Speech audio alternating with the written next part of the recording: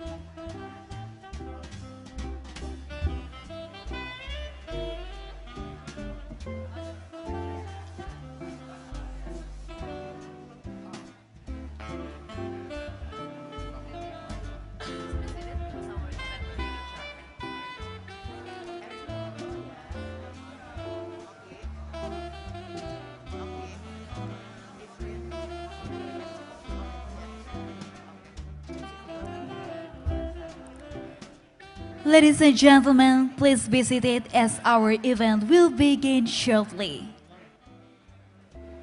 Ladies and gentlemen, I'd like to inform you, please be seated as our event will begin shortly.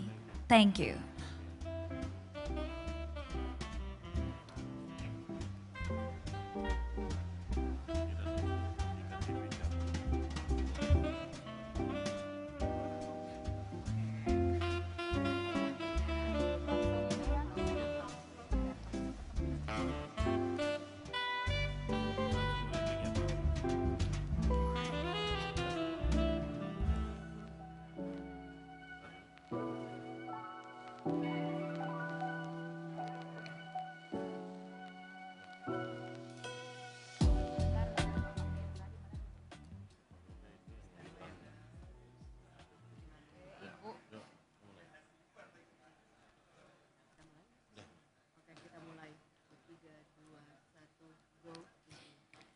Good morning.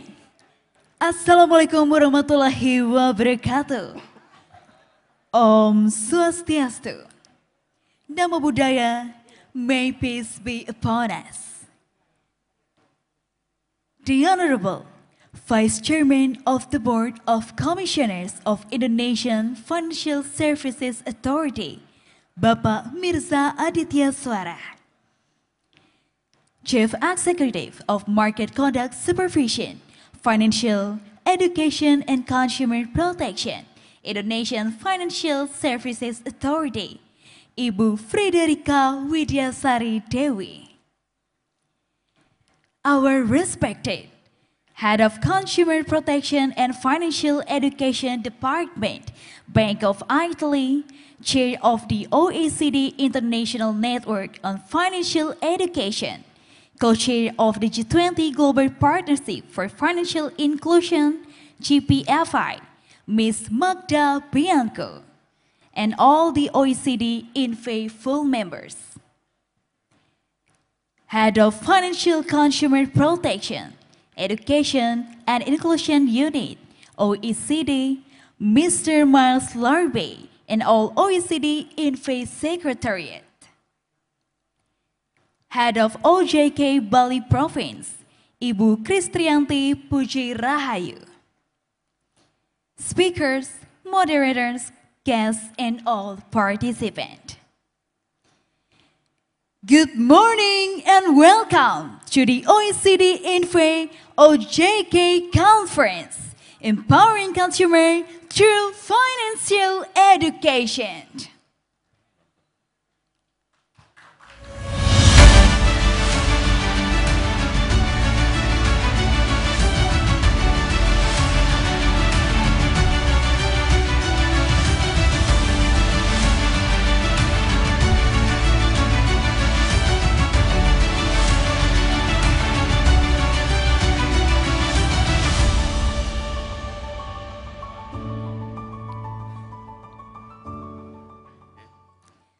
Ladies and gentlemen, esteemed guests and distinguished speakers, before we continue, let us take a moment to thank the Almighty for granting us good health and the opportunity to be here today.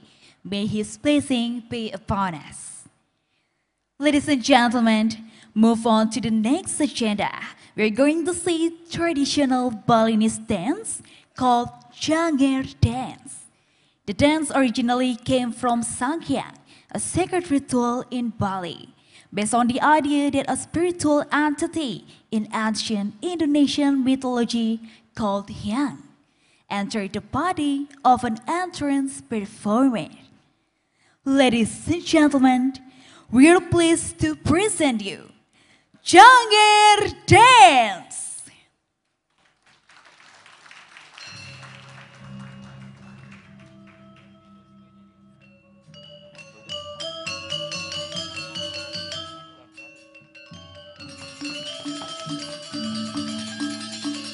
Desa de kocak dewa dewa sak desa de kocak dewa dewa sak desa de kocak dewa dewa sak desa de kocak dewa dewa sak desa de kocak dewa dewa sak desa de kocak dewa dewa sak desa de kocak dewa dewa sak desa de kocak dewa dewa kocak dewa sak desa de kocak dewa dewa sak desa de kocak dewa dewa sak desa de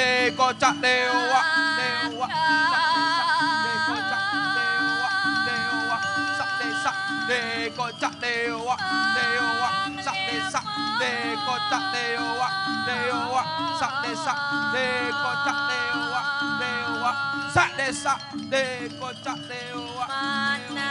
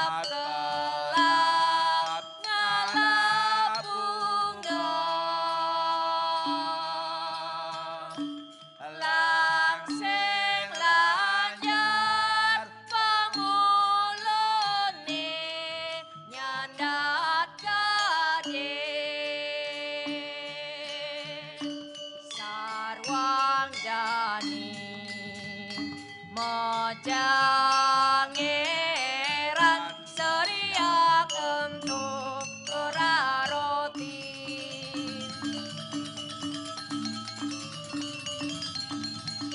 Dewa, dewa, sak desa, dekocak dewa, dewa, sak desa, dekocak dewa, dewa.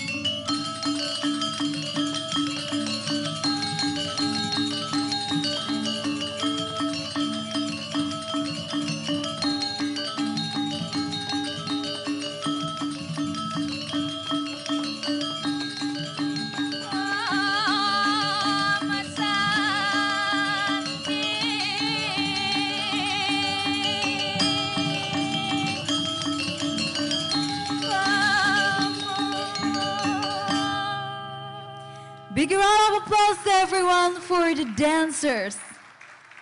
Thank you very much. Excellencies, distinguished guests, delegates, ladies and gentlemen. Our next agenda, welcoming remarks by Deputy Secretary General of the Organization for Economic Cooperation and Development, Mr. Yoshiki Takeuchi.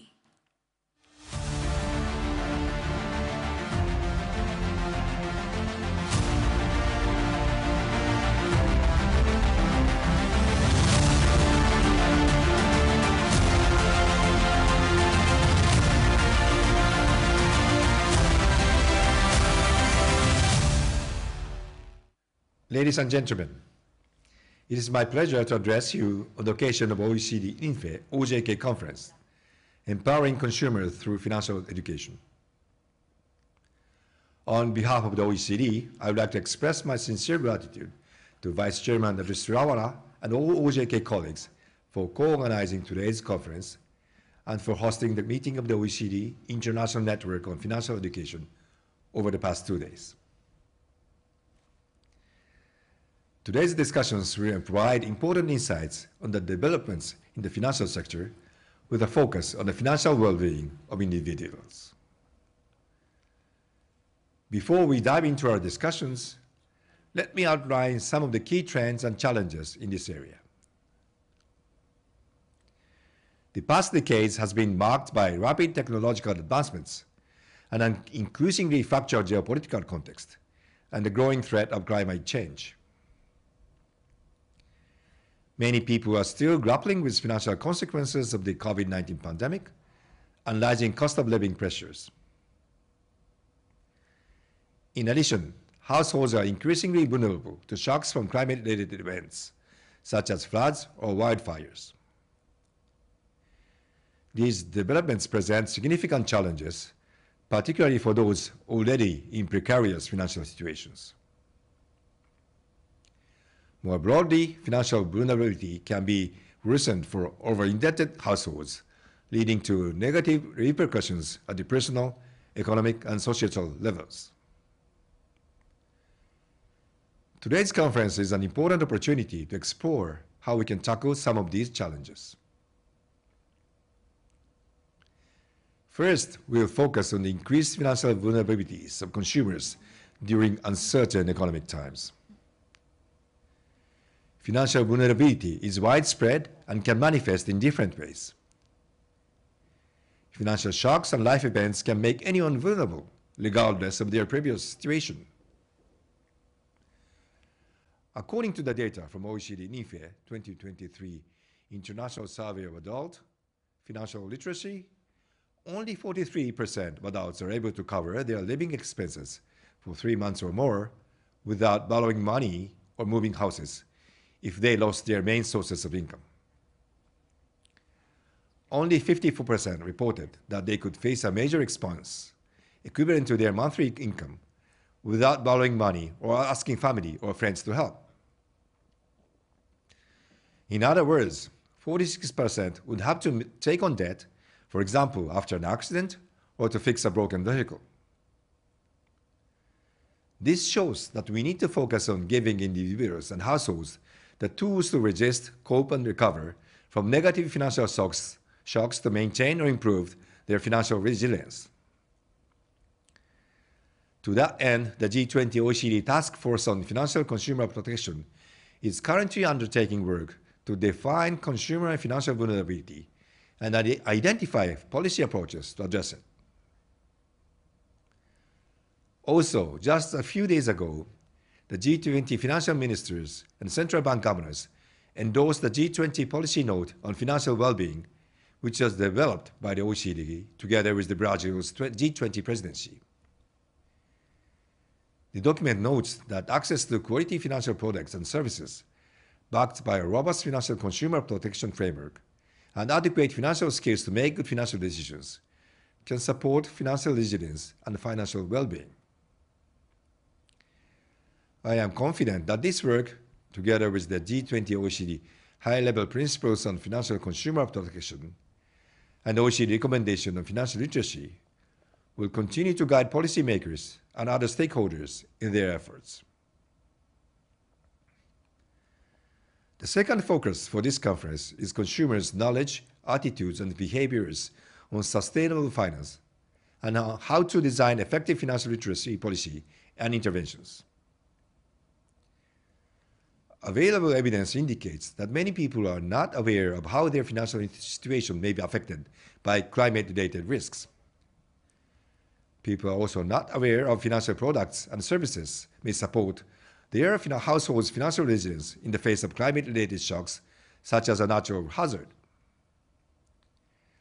Low-income individuals and those exposed to other sources of financial vulnerabilities, for example, because they are financially excluded, tend to be even more negatively affected by climate-related risks compared to other segments of the population.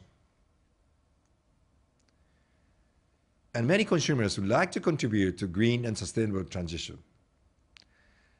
There is clearly a lot of interest in sustainable finance products. But many people do not translate intention into action by holding sustainable finance products. And when they do, they often fail to understand their associated risks, such as greenwashing. The OECD recommendation on financial literacy highlights that better financial literacy helps individuals to have a more forward-looking approach to personal finance, which in turn contributes to a greater resilience to environmental and climate-related risks. We need to ensure that financial education programs help consumers align their savings and investment choices with their sustainability preferences, while protecting themselves from emerging risks. Finally, the third session will look at how to empower consumers against over-indebtedness, which, as I mentioned before, can worsen financial vulnerability. This issue remains high on the policy agenda in many countries, especially under the continuing cost of living pressures. In recent years, increasing use of consumer credit products and services such as buy now, pay later, and payday lending have contributed more to over-indebtedness. This is compounded by limited financial literacy, poor budgeting skills, and inadequate understanding of the risks associated with debt. During 2024, the G20 OECD Task Force on Financial Consumer Protection has been assessing the implementation and continuing relevance of the OECD recommendation on consumer protection in the field of consumer credit. The recommendation sets out a series of measures designed to promote fair and affordable access to consumer credit and help prevent over-indebtedness. Financial consumer protection measures are essential to safeguard consumers from predatory lending practices. But also, we need to help consumers to protect themselves, and effective financial education programs can contribute. Consumers need to understand the true cost of borrowing, recognizing the warning signs of financial distress before it is too late, and know where to seek for help. To conclude, financial literacy is one of the essential tools to manage emerging risks related to climate change, financial vulnerability, and over-indebtedness. Equipping consumers with the knowledge and skills not only to manage their own finances, but also to contribute to a more sustainable and equitable global economy will ultimately support individual financial well-being and inclusive and sustainable growth. Our joint efforts and your discussions today can contribute to making this a reality. I wish a productive discussion. Thank you very much. Thank you, Mr. Yoshiki Takeuchi, for the welcoming remarks.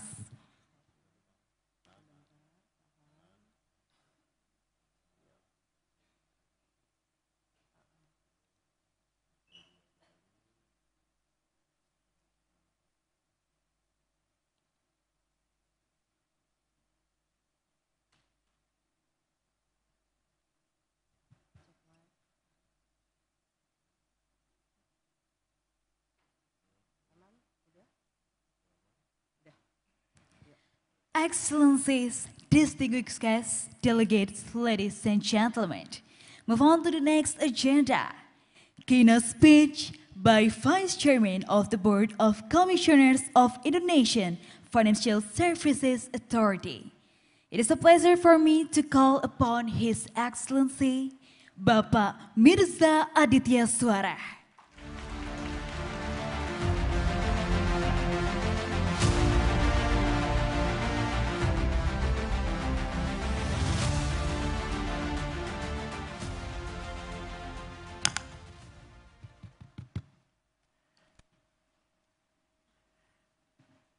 Good morning everybody. Assalamualaikum warahmatullahi wabarakatuh. Selamat pagi, salam sejahtera bagi kita semua. Your Excellency, Deputy Secretary General from OECD, Mr. Takeuchi, that just gave the speech by video. From OECD and INFE, Ibu Magda, Miles, and also Mr. Koguchi, Ibu Kim, still here, yeah, Dora, okay.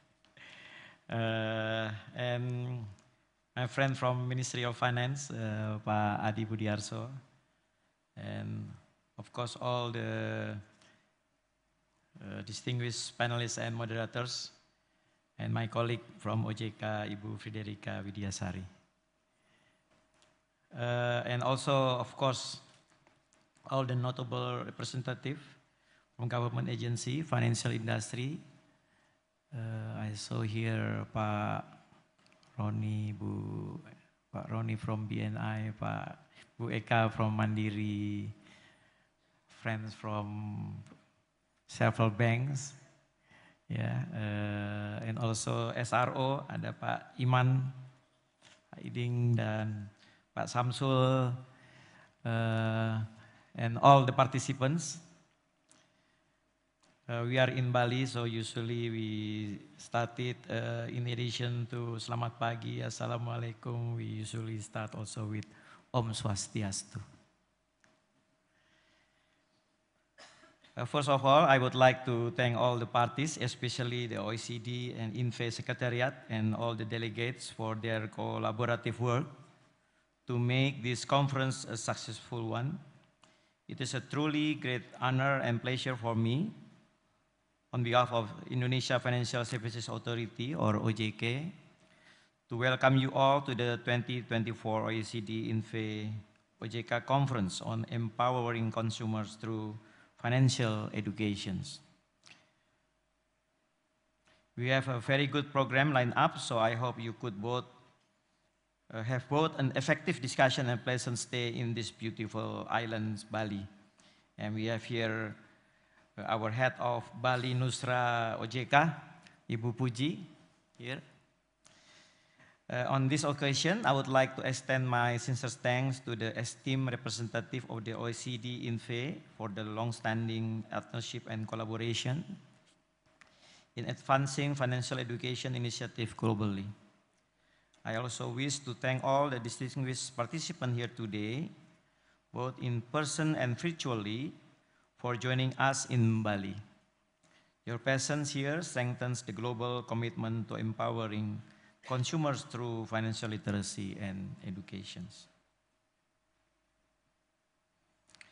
Let me start with data.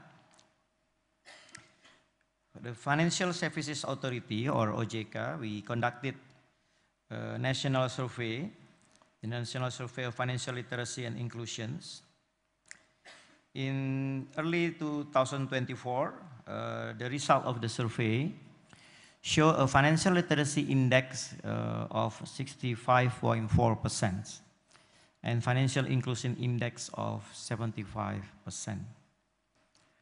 Although the literacy index is relatively high, it lags behind the inclusion index, indicating that many people use financial products without fully understanding them.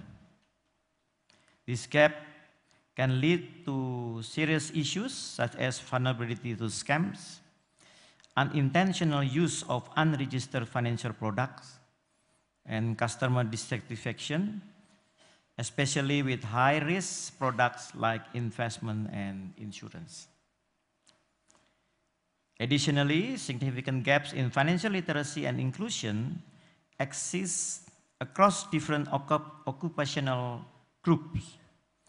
Employees and entrepreneurs generally show higher literacy and inclusion levels compared to unemployed individuals. For example, students, homemakers, or retirees. And those in informal jobs like farming and fishing. Urban residents also tend to be more financially literate than rural residents. To improve the overall index, more extensive and equitable financial literacy programs are needed across all regions, reaching people regardless of age, occupation, education, or income. In the case of Indonesia, last night, I informed already that Indonesia, we are from Aceh to Papua. Maybe by flight it takes at least 8 hours or maybe even 10 hours. And the level of literacy and inclusions is so much different between the islands in Java and outside Java. We are in Bali Islands. Capital city is in Java Islands. And 60% of Indonesia GDP are in Java Islands. Even though Java actually, in terms of the islands, of the 5 big islands, Java is the smallest. Yeah, so Indonesia basically 60% GDP are in Java and 20% of GDP are coming from Sumatra. Yeah. So the level of financial inclusion and literacy are different island by island and province by province. And if we look industry by industry, the literacy, the inclusion, of course, is more towards banking products. Compared to insurance products, capital market products, is far the gap between banks product and non-banks product. Indonesia digital literacy level is also still low with score of 3.54 out of 5, classified as moderate. Digital literacy index stands at 63%. Internet penetration is relatively high, actually, 73.7% of the populations. However, gaps remain in technology innovation, legal frameworks, and public awareness. Publishing on apps and websites is easy, but enforcement is challenging due to servers are in overseas and cross-border issues. Low public literacy also leads to a lack of business legality checks and limited understanding of online loans, along with urgent financial needs and a get-rich-quick mentality. Distinguished guests, ladies and gentlemen, as we convene today, we recognize the crucial role financial education plays in the global economy, especially in rapidly changing digital era. The theme of this conference, empowering consumers through financial education, could not be more timely or relevant.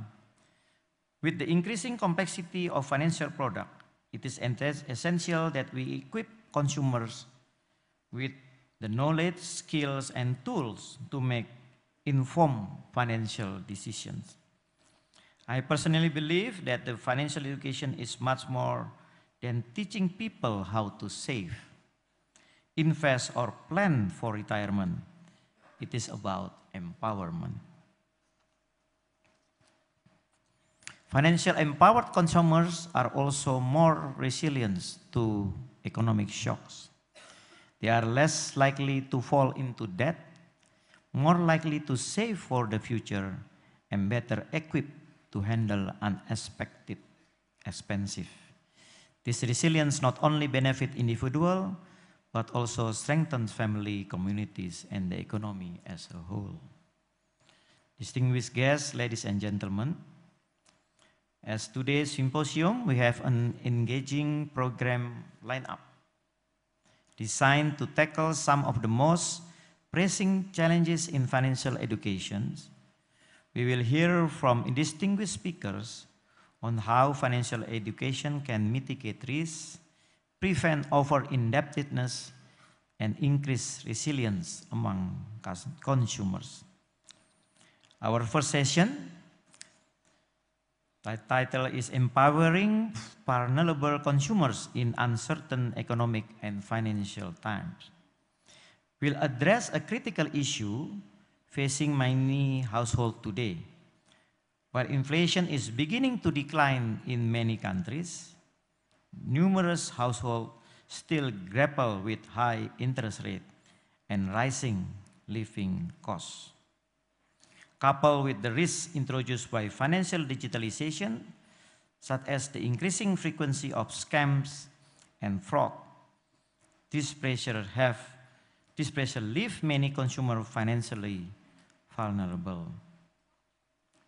We will discuss how financial education can equip consumers, especially those most at risk, to better manage their resources and navigate these uncertain economic and financial times. The second session will take us into the rapidly evolving area of consumers' knowledge, attitudes, and behavior on sustainable finance in Asia. As awareness of climate change grows, consumers are becoming more conscious of the impact of their financial decisions. Many now consider sustainability when making choice about saving, investing, purchasing insurance, and even using credit. Our final session, the title is Empowering Consumers Against Over-Indebtedness. We'll focus on an issue that is becoming increasingly important to policymakers worldwide. Many consumers turning to credit products to meet their daily financial needs, which can lead to the risk of over-indebtedness. This issue further compounded by the growing use of credit options like buy now, pay later, payday lending, as well as fintech peer-to-peer lending. Just give you example. We have our board meeting every month, and we always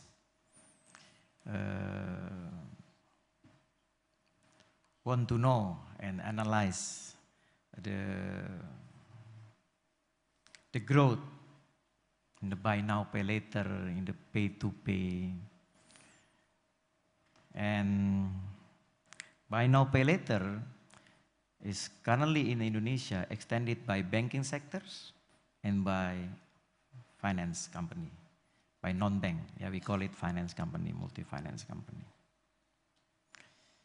Buy now, pay later by banking sectors, even though this product actually just recently, I don't think it's already 10 years, right? Maybe only 5 years. The number of buy now, pay later customer now already reaching 20 millions.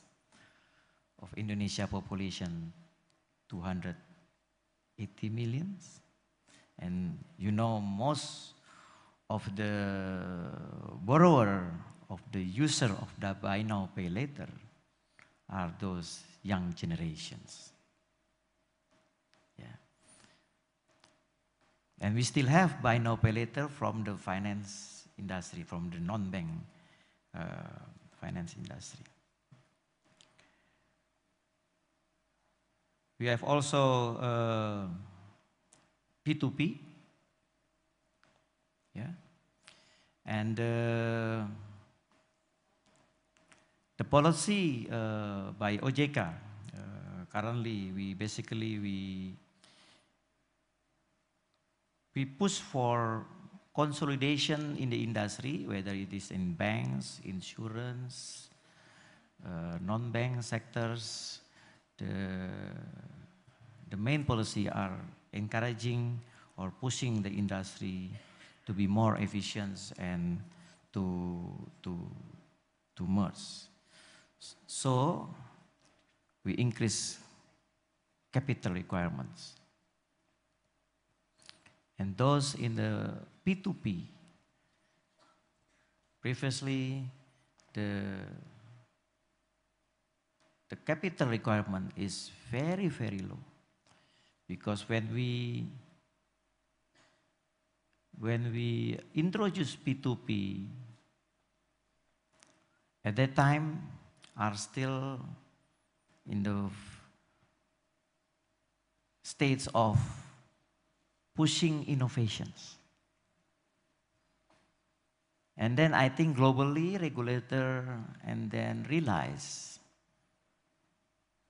that P2P should not be just a platform, but P2P has to educate, P2P has to inform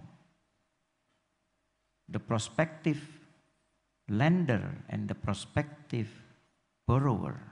The prospective lender, they have to know that this money will go to which project and whether this project is feasible or not. So we are currently strengthening the governance, the risk management of the P2P. This morning when we read news, last night the Fed cut interest rate again. And probably market consensus, the Fed may be going to 3.5, 3.7. Ibu Eka from Treasury maybe know better than me. Or Pak Batara. Where is Pak Batara? Yes. So maybe we still have another 75 basis point or even 100 basis point from now for Federal Reserve to decline.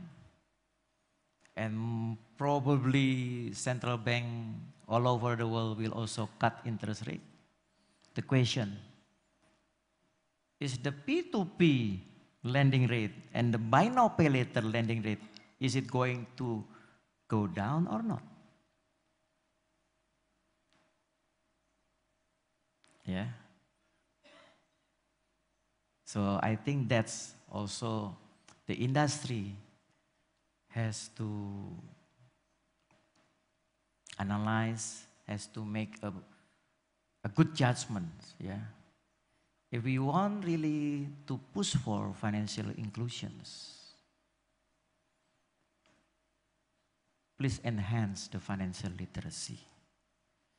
Please also consider the burden of the cost of fund that's burdened by the consumers. Yeah.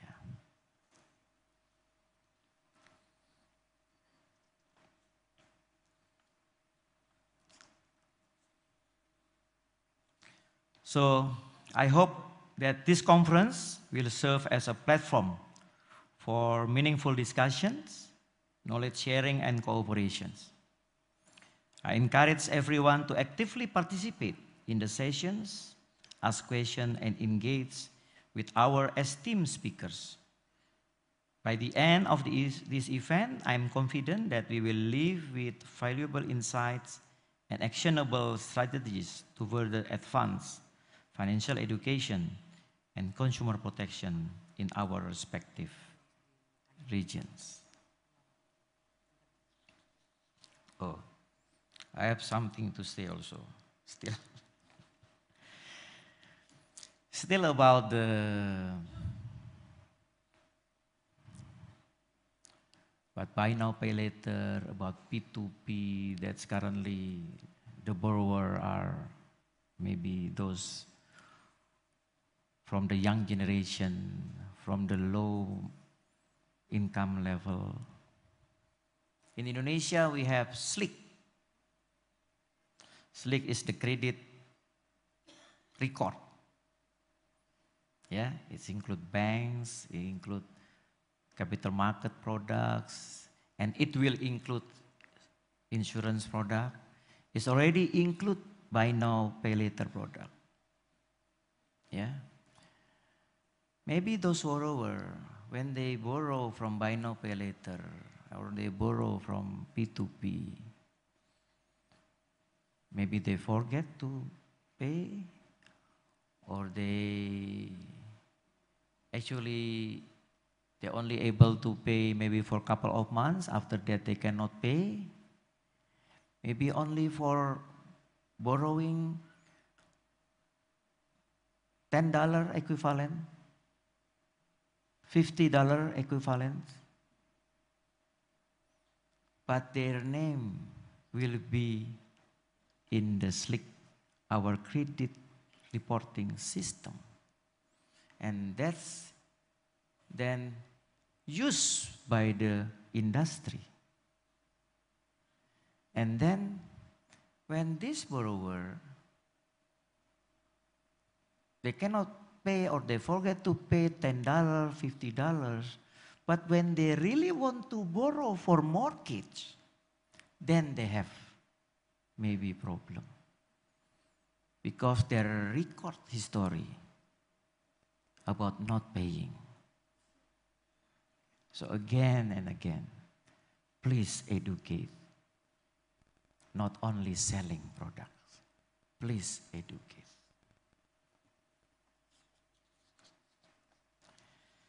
So, finally, I wish that all of you could enjoy the islands of Bali. And I heard that in the evening or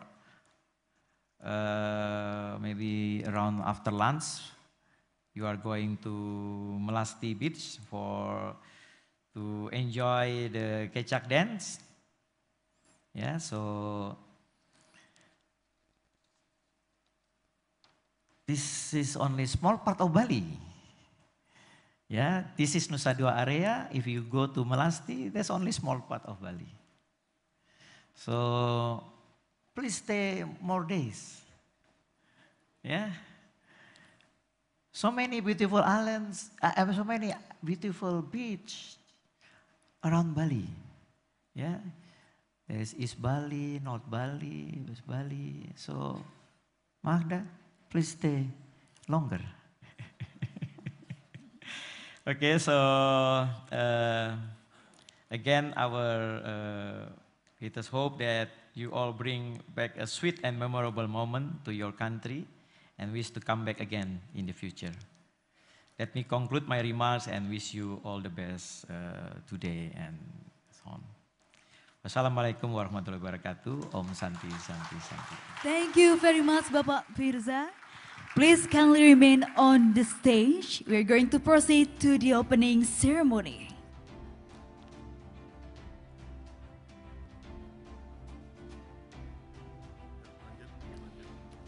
I would like to invite to the stage Ibu Friderika Widyasari Dewi, Miss Magda Bianco, and Mr. Miles Larby.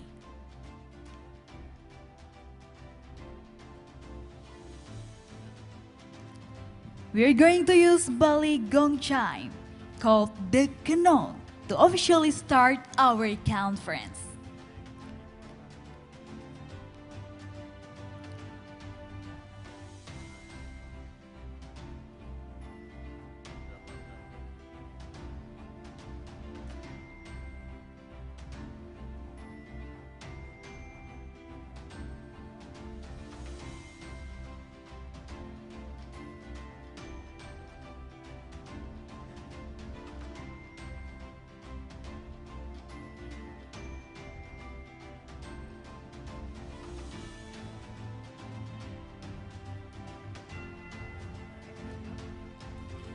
Are you ready, ladies and gentlemen? On my count, please hit the kenong together. I'm going to start counting from 1, 2, and 3.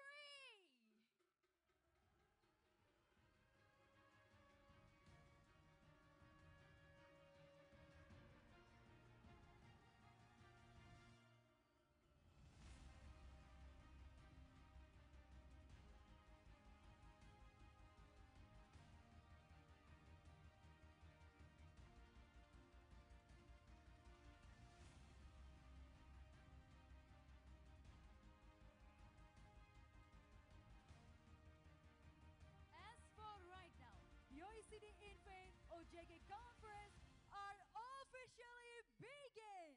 Please give a big applause, everyone.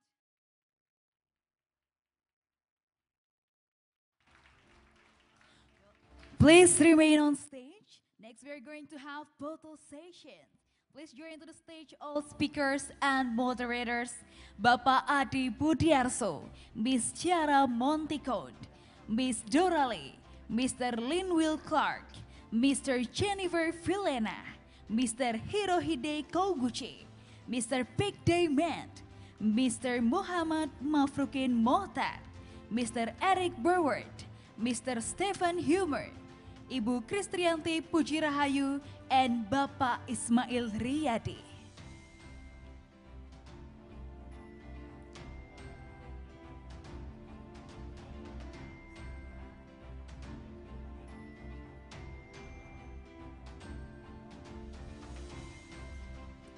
We will take your picture on the count of 3. So focus on the camera. I'll count it from 1, 2, 3. All right, once again, ladies and gentlemen. 1, 2, 3. Thank you very much. Now please be kind to step down to the floor and take picture with the audience. And for all audience, please be kind to stand up. Photographer may come up to the stage to take the pictures.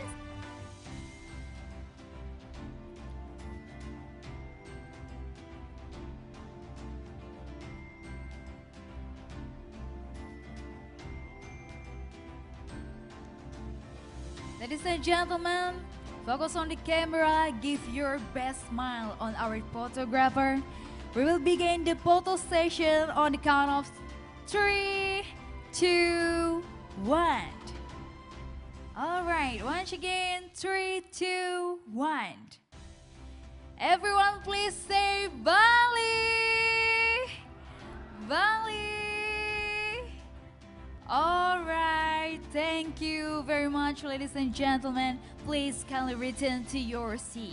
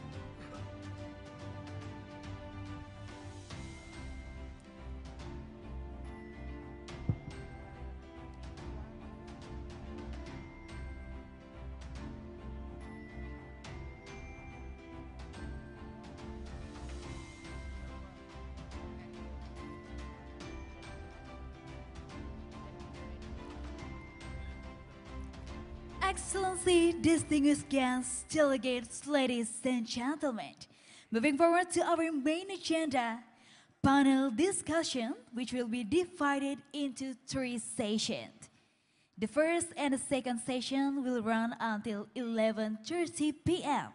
And we will take a lunch break until 1:15 p.m. and continue to the third session.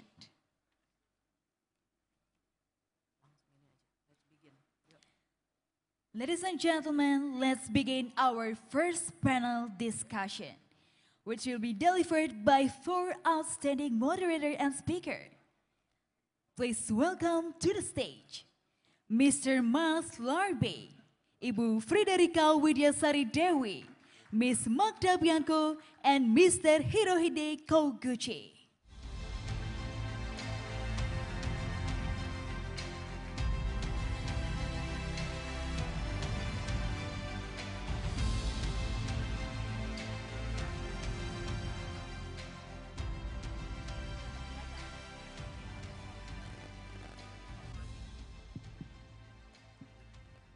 Welcome to the stage, Chief Executive of Market Conduct Supervision, Financial Education, and Consumer Protection Indonesia Financial Services Authority, Ibu Friderika Widyasari Dewi. Welcome to the stage, Ibu. Head of Consumer Protection and Financial Education Department, Bank of Italy, Chair of the OECD International Network on Financial Education, Co-Chair of the G20 Global Partnership for Financial Inclusion, Ms. Magda Bianco. Executive Director, Bank of Japan, Mr. Hirohide Koguchi, and our moderator, Head of Financial Consumer Protection, Education and Inclusion Unit, OECD, Mr. Miles Larby. Ladies and gentlemen, let's begin our first discussion. Mr. Miles Larby, you may lead this session. The stage is yours.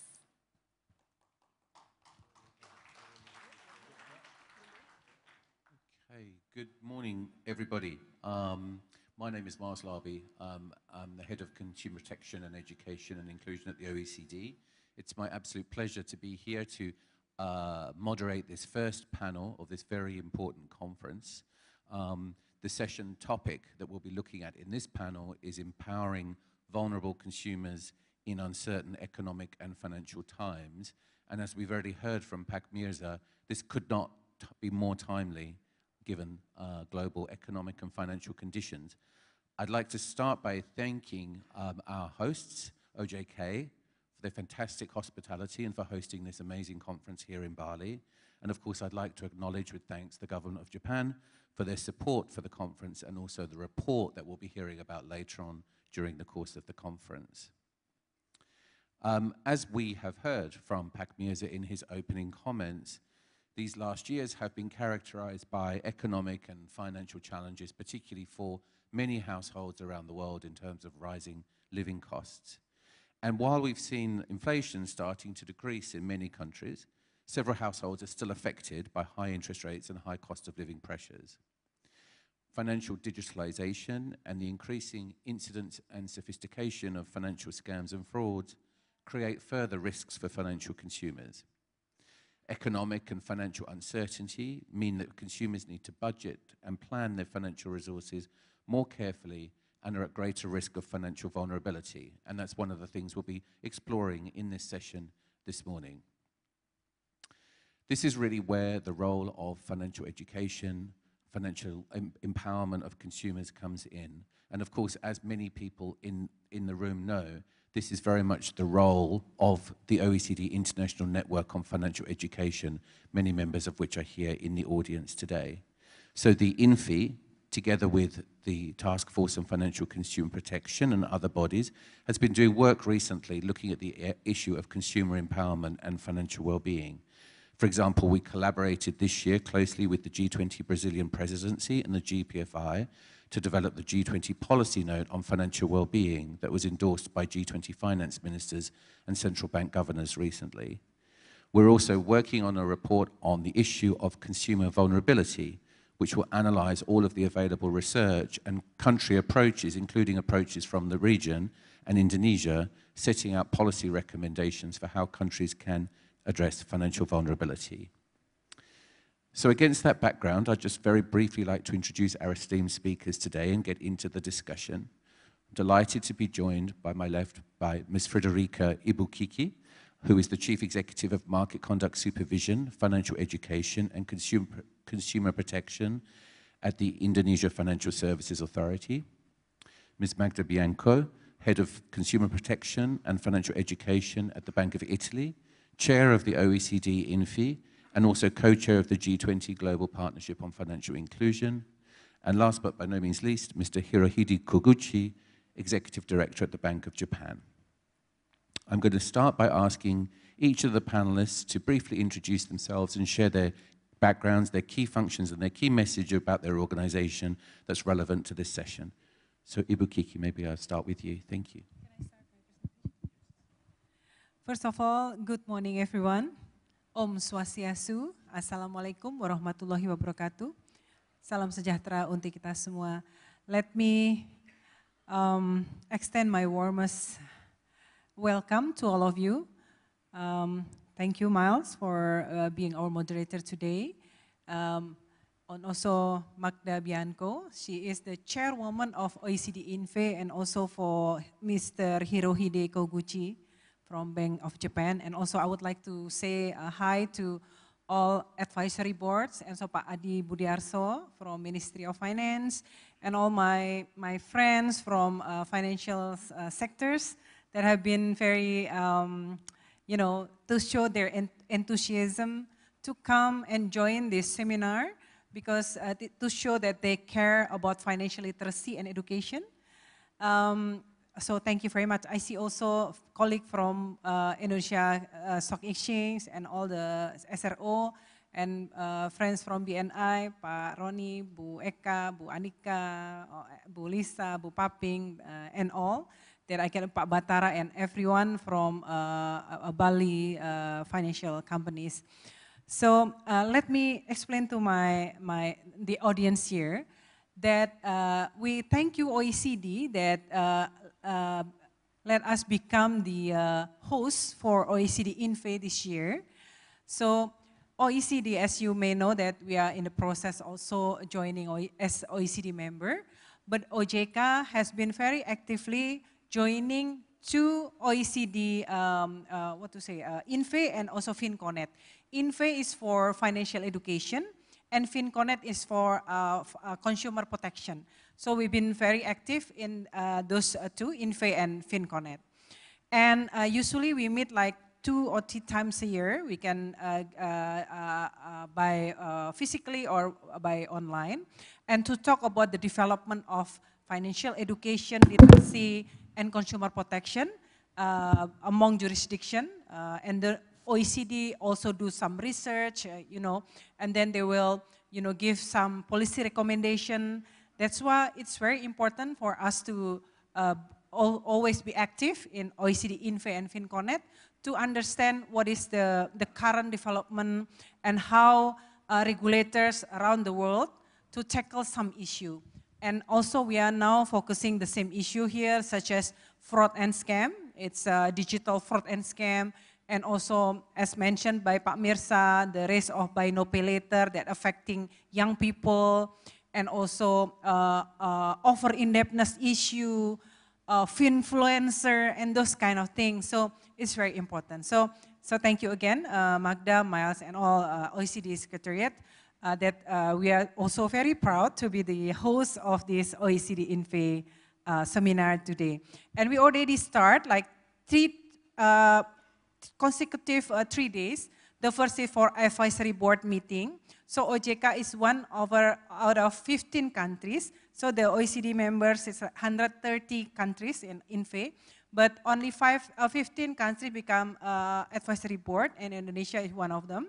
And then the second day, we had technical meetings that also, the one that I said, we have a very constructive discussion. And this is the third day. So you are invited to join and to listen to those all expertise here from session 1, 2, and 3. So, okay, let me start my presentation today. Thank you. Can I share with you my video, please? Bali is known as the island of the gods. On this island, there is a deaf community village. They are part of the 22.95 million people with disabilities, or around 8.5% of Indonesia population.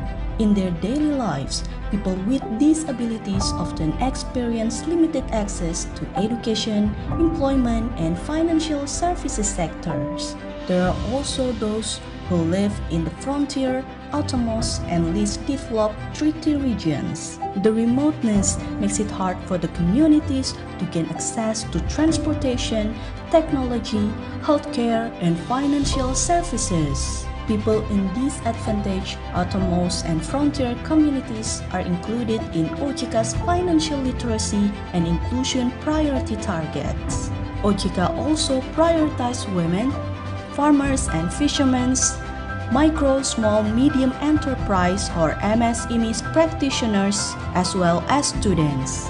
As an archipelago nation made of more than 17,000 islands and 80,000 villages, creating a massive and equal financial literacy and inclusion might seem like an impossible feat.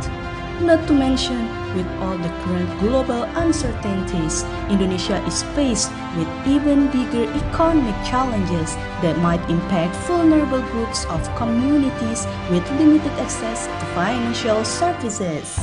In response to those challenges, OJK has launched a national movement on financial literacy Gencarkan that orchestrates joint effort of all stakeholders to accelerate financial literacy and inclusion evenly throughout Indonesia, where no one is left behind as the Financial Literacy and Inclusion Index reached 98% and achieved the Golden Indonesia Vision in 2045.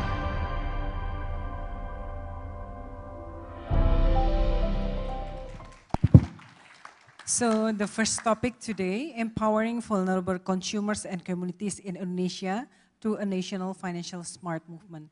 So this is very, yesterday I met someone who asked me, what is the niche market that, not too many, but you really, give attention to it. I said one of them is for people with disabilities. So we already have 10 target segment for our priority targets to give financial education, and some of them are vulnerable groups. First is MSME, the second is women, farmer and fishermen, rural population, disabled, and young generation. So if, ladies and gentlemen from OECD member, when you enter the gate, you saw 8 MSME that has been supported by OJK to give financial inclusion. So they sell like, like jewelry and then clothes and everything.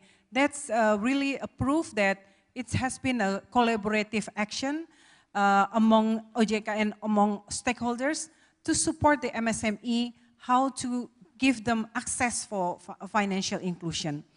Because with the MSME, we support women, we support labor absorption, and women can work and make economic values while they're staying at home. So we really focus on MSME and also women, of course.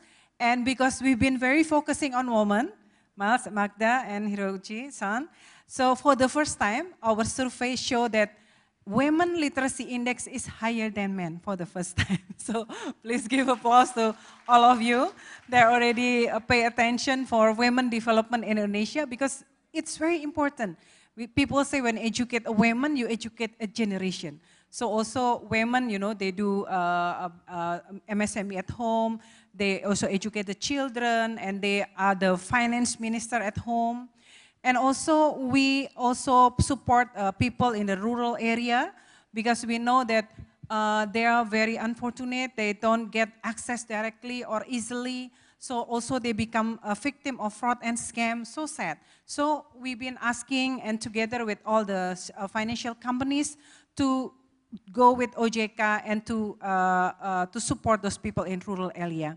And also with people with disabilities, you can see in the video that we also been focusing and helping people with disabilities to give them the same access. Yeah, so no one left behind in our financial education.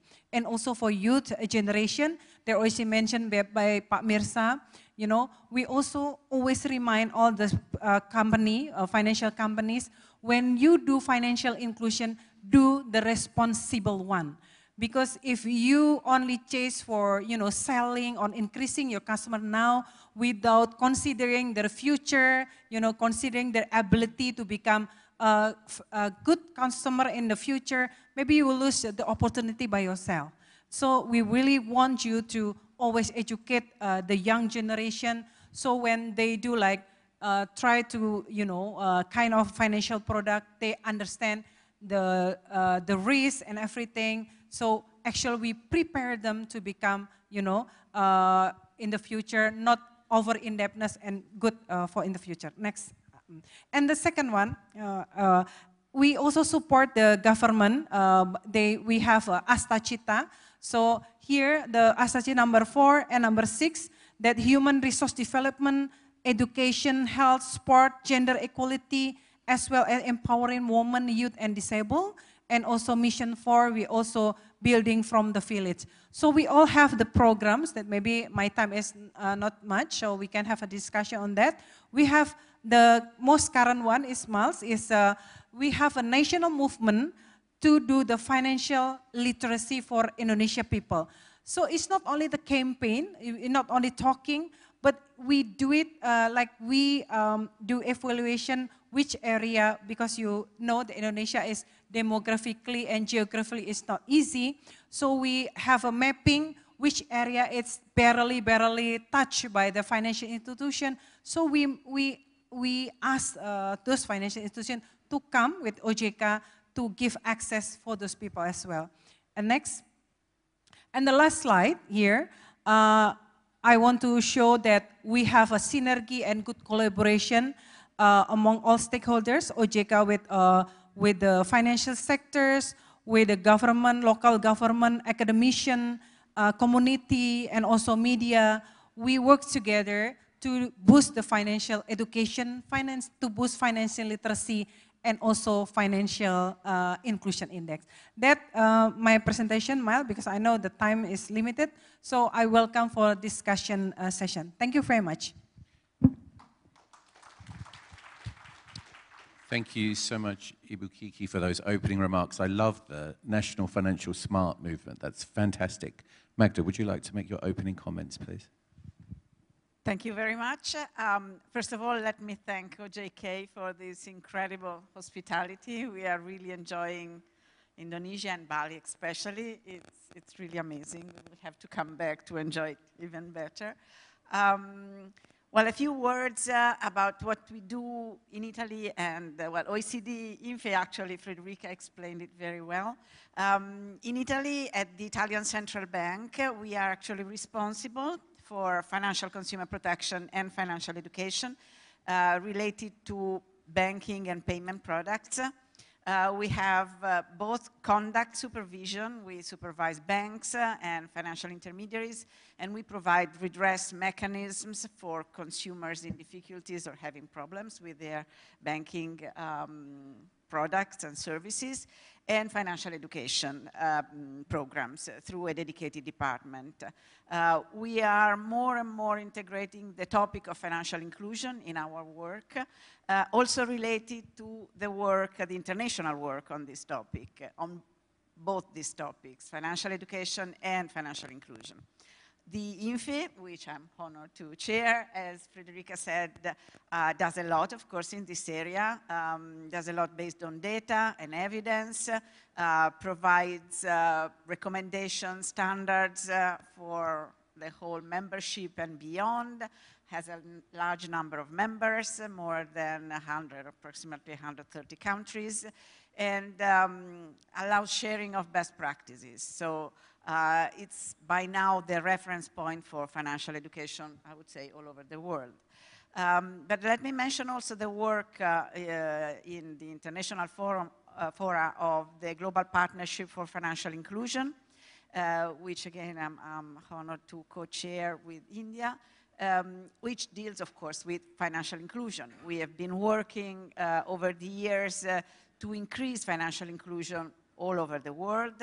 Financial inclusion in terms of access to financial services has increased over the last decades, but we still have a problem, a difficulty in usage of financial products and services in many countries. And we see more and more that there is an issue of quality of financial inclusion, especially digital financial inclusion, which for some groups might create even problems. And that's the reason why, as Miles was mentioning, we have been working this year on financial well-being as an outcome of financial inclusion that we need to measure to make sure that actually financial inclusion is meaningful, produces good outcomes. Now, I have just a couple of slides to introduce today's topic, empowering vulnerable consumers in uncertain economic and financial times. One word about the sources of uncertainty. And here I'm referring mainly to the Italian situation, but I think it can be shared at least with the European setting. These are, I would say, the three main sources of uncertainty for final consumers. which of course are related to other major issues like geopolitical uncertainty, general uncertainty. Of course, inflation, I guess, is for everybody one of the main sources of uncertainty. In Italy, it has gone up from almost zero for many, many years. So people were not used to inflation, really, to more than 10% in 22-23, and then now it's gone below 2%. Of course, this creates a lot of difficulties for people who are not used to it, because choosing and planning becomes really difficult. Associated to inflation, of course, there are higher interest rates. The increase in interest rates set up by central banks to fight inflation, of course, created problems, issues for final users.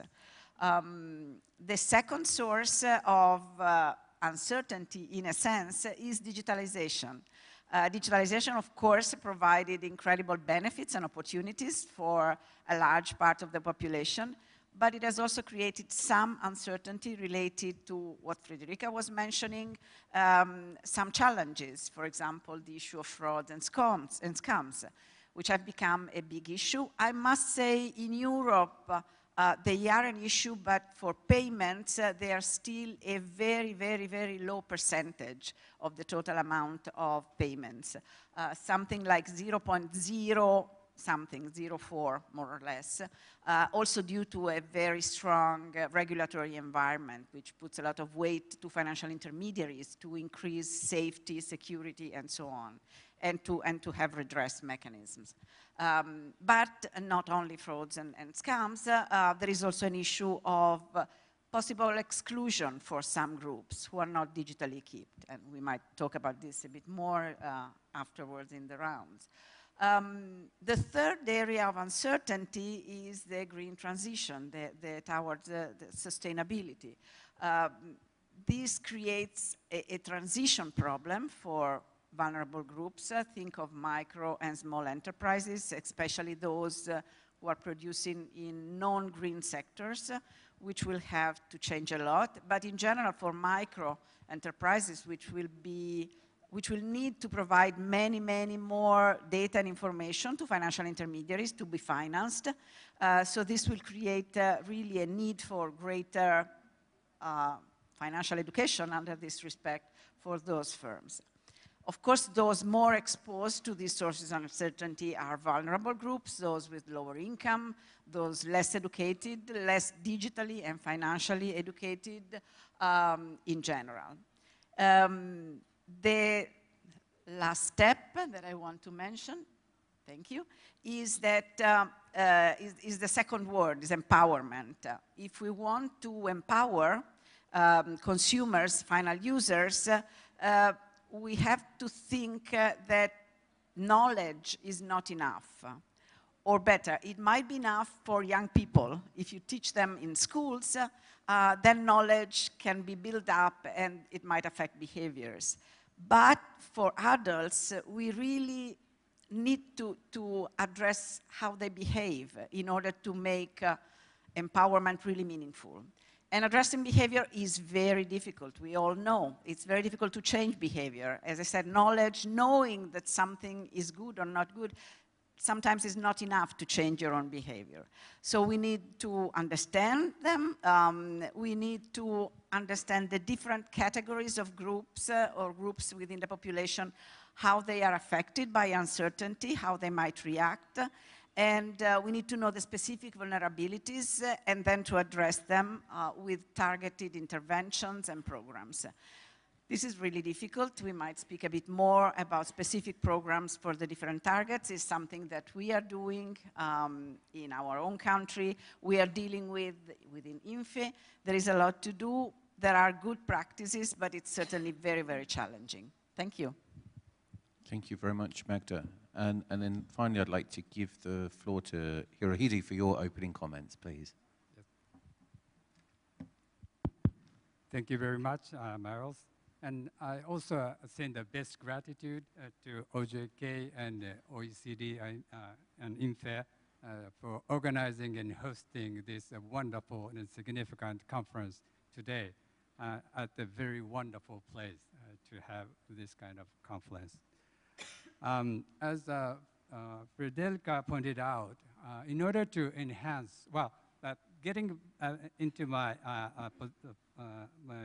points, but let me introduce a bit my current position. First, I'm Hirohide Koguchi, the Executive Director of the Bank of Japan, in charge of financial stability, bank examination, financial education, and public relations. And I also attending the monetary policy meeting every monetary policy meeting to assess the financial stability issue. So in terms of the macroeconomic and financial stability issue, I also think that the financial education is a very important topic to think about. And moving on to my point, as Federica pointed out, in order to enhance the financial education, it's very important to make appropriate coordination among the relevant parties. So in this regard, Japan has taken a very big move, a unique move to coordinate the relevant parties to establish a single body to enhance the financial education, named the JFLEC, Japan Financial Education and Literacy Corporation.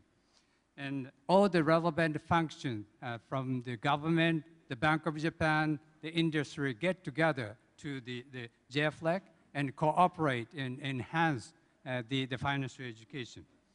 So I would like to take this opportunity to explain the background, why we take that action to establish the JFLEC.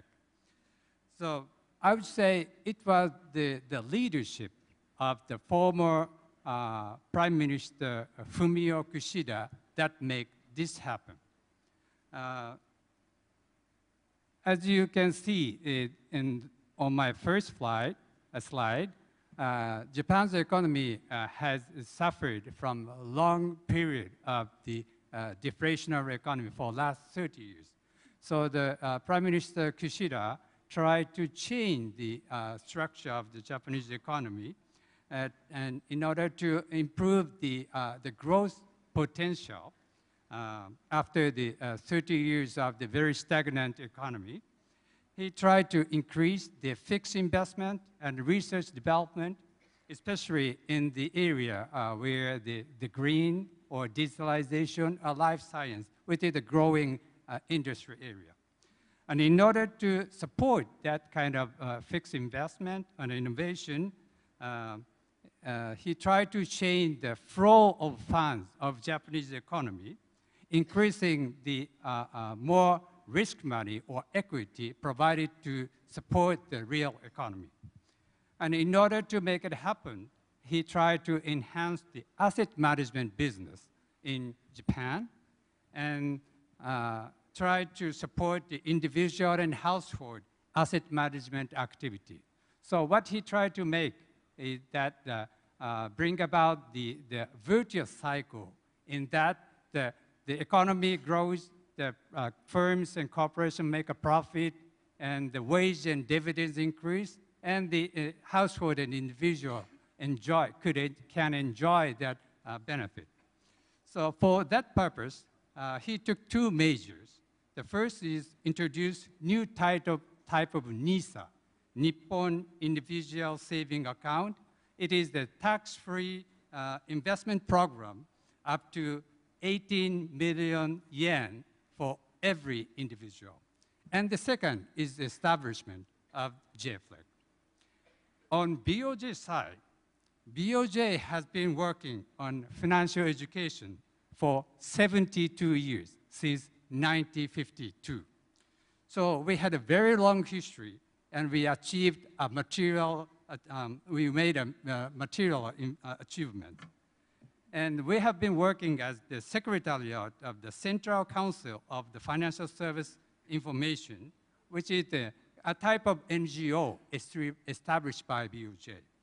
And we earned, fortunately, we have earned a trust from the public in terms of the neutrality and the fairness in terms of the financial education.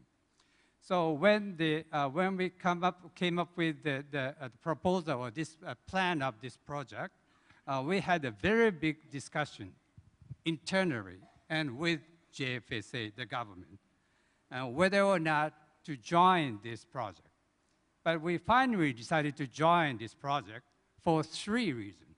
The first, we consider that it might be the best way to enhance the financial education in Japan, best utilizing the public trust on BOJ for fairness and neutrality. I believe that it's a public good. We have cultivated for a long time. And this move will contribute to improving the effectiveness, and it would bring about a good basis for implementation of the financial education. The secondary, from the macroeconomic point of view, which is quite relevant to what Magda mentioned, very low growth potential for last 30 years under very deflationary situation and aging population. These are 2 major challenges for BOJ to face in terms of conducting the monetary policy. So it's very challenging for central banks could address this kind of challenge, but we would believe that the financial education would be one of the cornerstones to address these challenges as we can realize that the virtuous cycle of economy. And thirdly, from the financial stability point of view, as you can see, could you back to the first slide? Okay, as you see in the right-hand side, well, it's quite similar in the advanced economy, but especially as far as Japan is concerned, we are suffering a deflationary situation, and the real interest rate continue to be positive, whereas the performance of the equity market or capital markets are poor. So as far as we are living in this inflationary economy, it's really rational for the public to have the bank deposit rather than investing the capital market. But when we come up with the more high inflationary or the gradual inflationary situation, is first initially due to the COVID-19 situation, and now we are observing the wage and the mild inflation in Japan as well, as you know. So the real interest rate is coming down deeply negative. So it's much, so the public have much incentive to make an investment in the capital market and searching for higher yield. But after living the 30 years of the low interest rate, so the public do not have sufficient financial education. What is the financial investment and so on? So that is the part of the reason the good financial education is indispensable at this timing. So otherwise, well, for example, as far as the ordinary people is concerned, more than 70% of the mortgage is borrowed at floating rate rather than fixed rate. And BOJ has begun increasing the policy rate. So, well, those households might come up with some difficulties unless they can address those kind of risk management. And in addition to that, since we are living in the digitalized world, a younger generation tend to rely on the digital finance, but they have not sufficient knowledge about the digital finance. Thank you. Okay. That's a very helpful opening set of comments. Thank you. And I think between our panelists, we've painted quite effectively, and particularly with that last slide there, the recent economic trends that are affecting the well-being of citizens. So I guess I'd like to start the discussion, and perhaps Magda, come back to you first to come back to this point about empowering consumers, and what does that really mean for your organization? And perhaps you could elaborate a little on some of the key challenges you find in terms of consumer empowerment. Right. Well, to do it in this situation where uncertainty is big, we have to first understand where are the weaknesses. In terms, for example, for inflation, the fact that inflation has increased and this creates a lot of problems, our surveys say that, for example, 50% of young people, our survey is for, relates to people from 18 to 34 years, well, 50% of them think that keeping savings in current accounts protect them from inflation. So it's an issue. Young people do not know inflation, do not know how to behave against it. But also elderly adults, 15% of adults that saved over the last years kept those savings in cash. So we have a lot of weaknesses there. So first of all, we have to understand these weaknesses, and then we have, as I said, to understand how to address behaviors. Again, to address behaviors, we have to understand, well, the weakness in behaviors of different groups. And this is what we have tried to do over the years with our financial education program: segment the population, understand what are the difficulties in getting the messages through and changing behavior.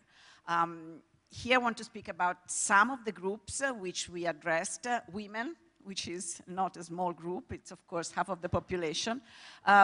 We have developed a program for women. Women Counts is our title. And here the first, say, behavioral weakness that we observe it overall in the whole world, is that women are less confident than men. They typically think they don't know, even when they do know, even from surveys, you observe that they know more or less around the average or even more. They think they know less. They think it's very difficult for them to understand these issues. They have less time. Typically, they have things to do. So you have to overcome this obstacle. So the way we do it in these programs is that we first address directly this issue. So we use a different language. We recreate situations, everyday situations where they engage and where they address the problems in a very simple way, understanding that they can certainly do it. Sometimes it's even fun doing it.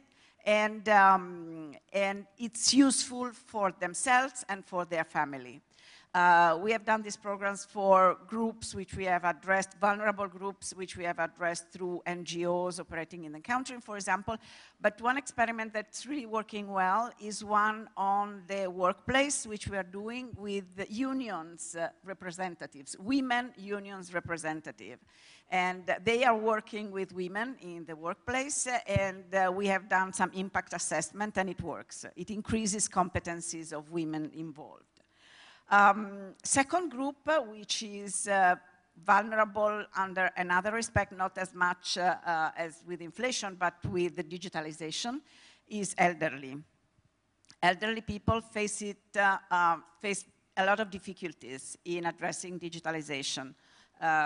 Online banking, even getting money from ATMs, sometimes it's difficult for them, or they don't trust the machines or the financial system under this respect.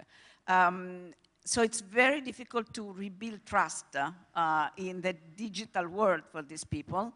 What we are doing is that we are trying to develop very, very simple programs showing them exactly step by step how to enter in the online banking and restore their confidence by showing them that, again, it's simple, it can be done, they can face this. Of course, it needs presence. It's not something that you can do online, typically, of course. So we are doing in universities for elderly people. Then a few words about the other programs, but I won't get into details.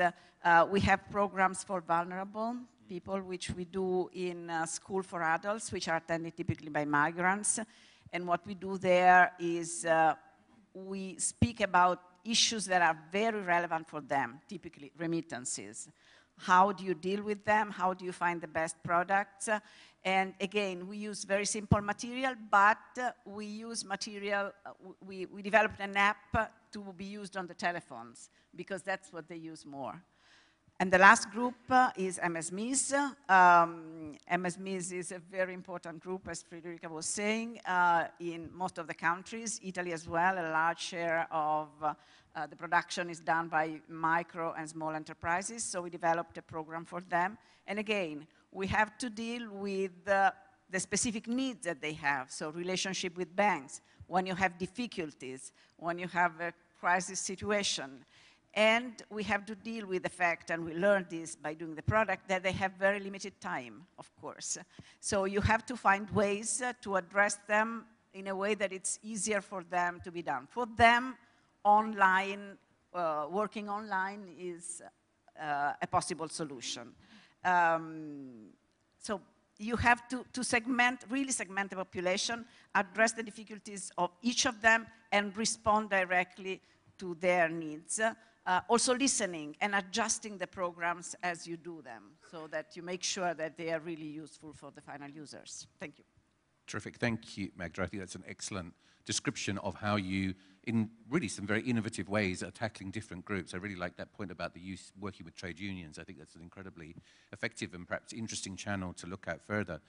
Hirohide, I'll come back to you if I may. I mean, with the same point about, so you painted us a picture of the situation in Japan. So in terms of programs and initiatives there, what are you doing to empower consumers and perhaps consumers from different groups? Thank you, Miles.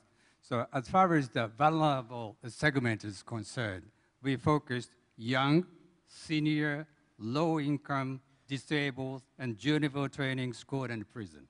So we are taking the targeting approach, as Magda pointed out. This is a quite similar approach, I believe.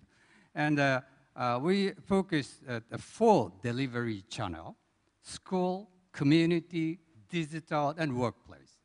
And as far as the school is concerned, the financial education is mandatory for elementary school since 2020, and for junior and senior high school since 2022. So we had a program for the social science as well as the household management. So it's a mandatory program due to the amendment of the curriculum guidelines. So that capacity building, helping supporting the teachers is one of the critical points. As far as the community, very quick, we had about 500 small seminars in the community a year in 2022.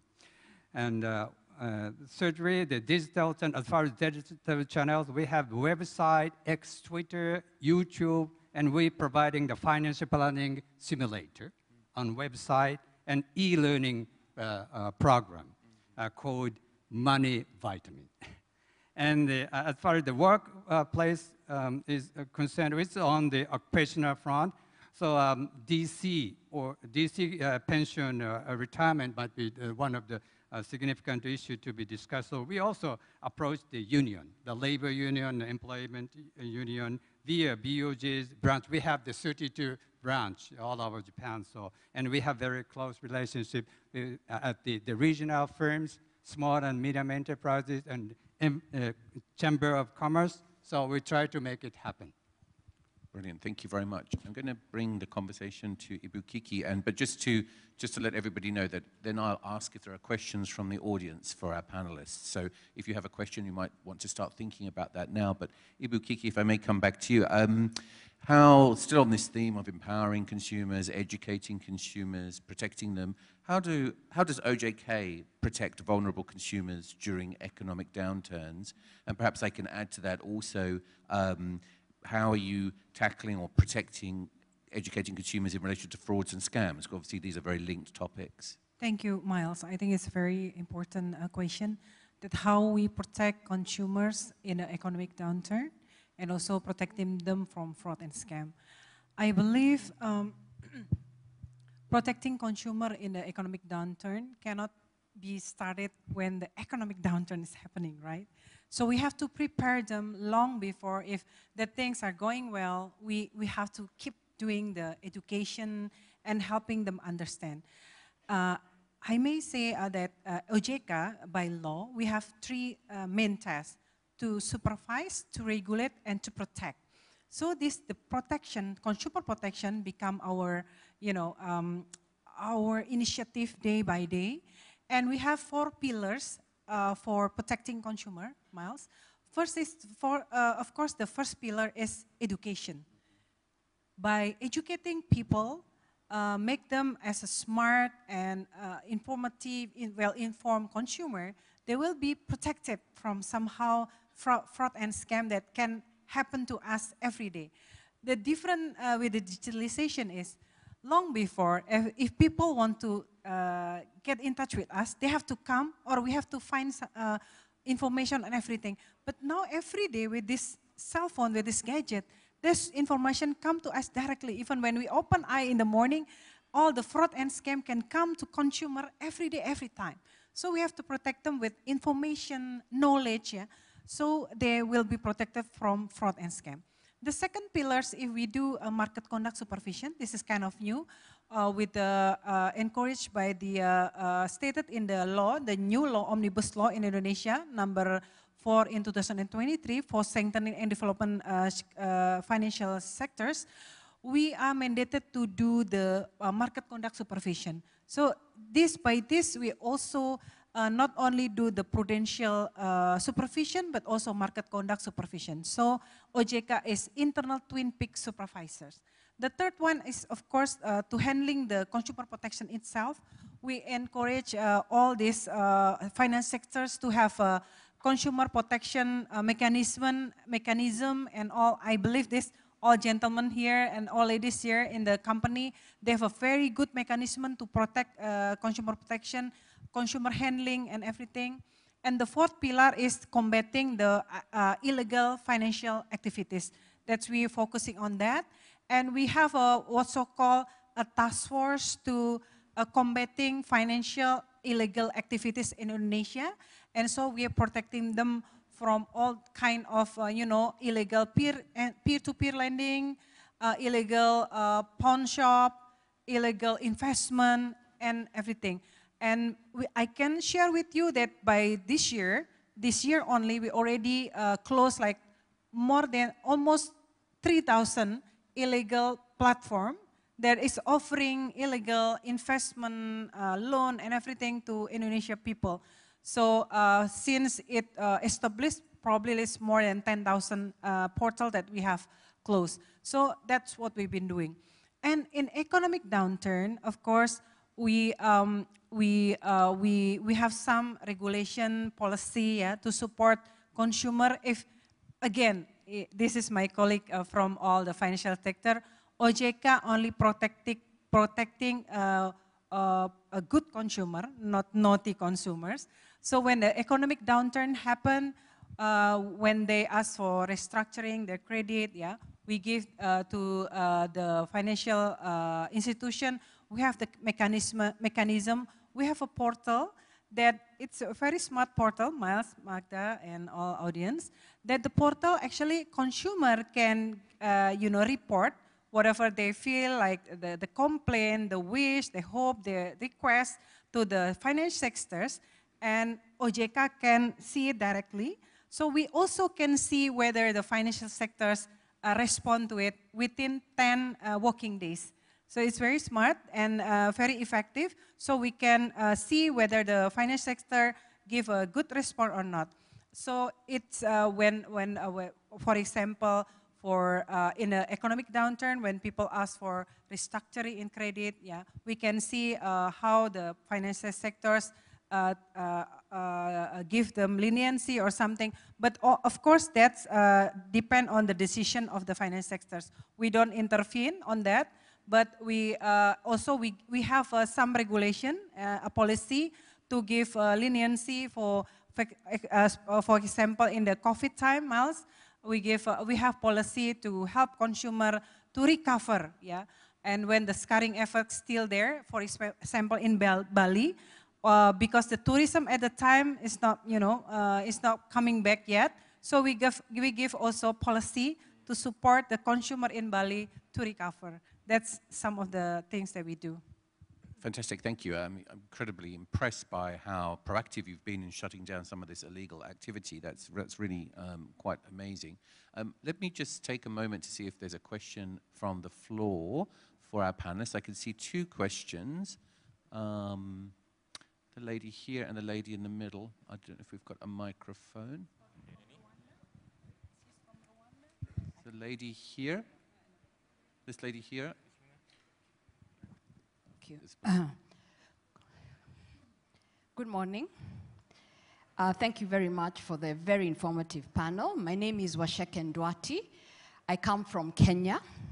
I run a company there called Centonomy. Magda, we met last year in Paris, in France, the same conversation, and I'm very excited to be here. I've been doing financial literacy for 15 years across East Africa, and I think this is what I started out doing. Actually, I didn't know it was consumers, this was the technical term, but this is what I've been doing.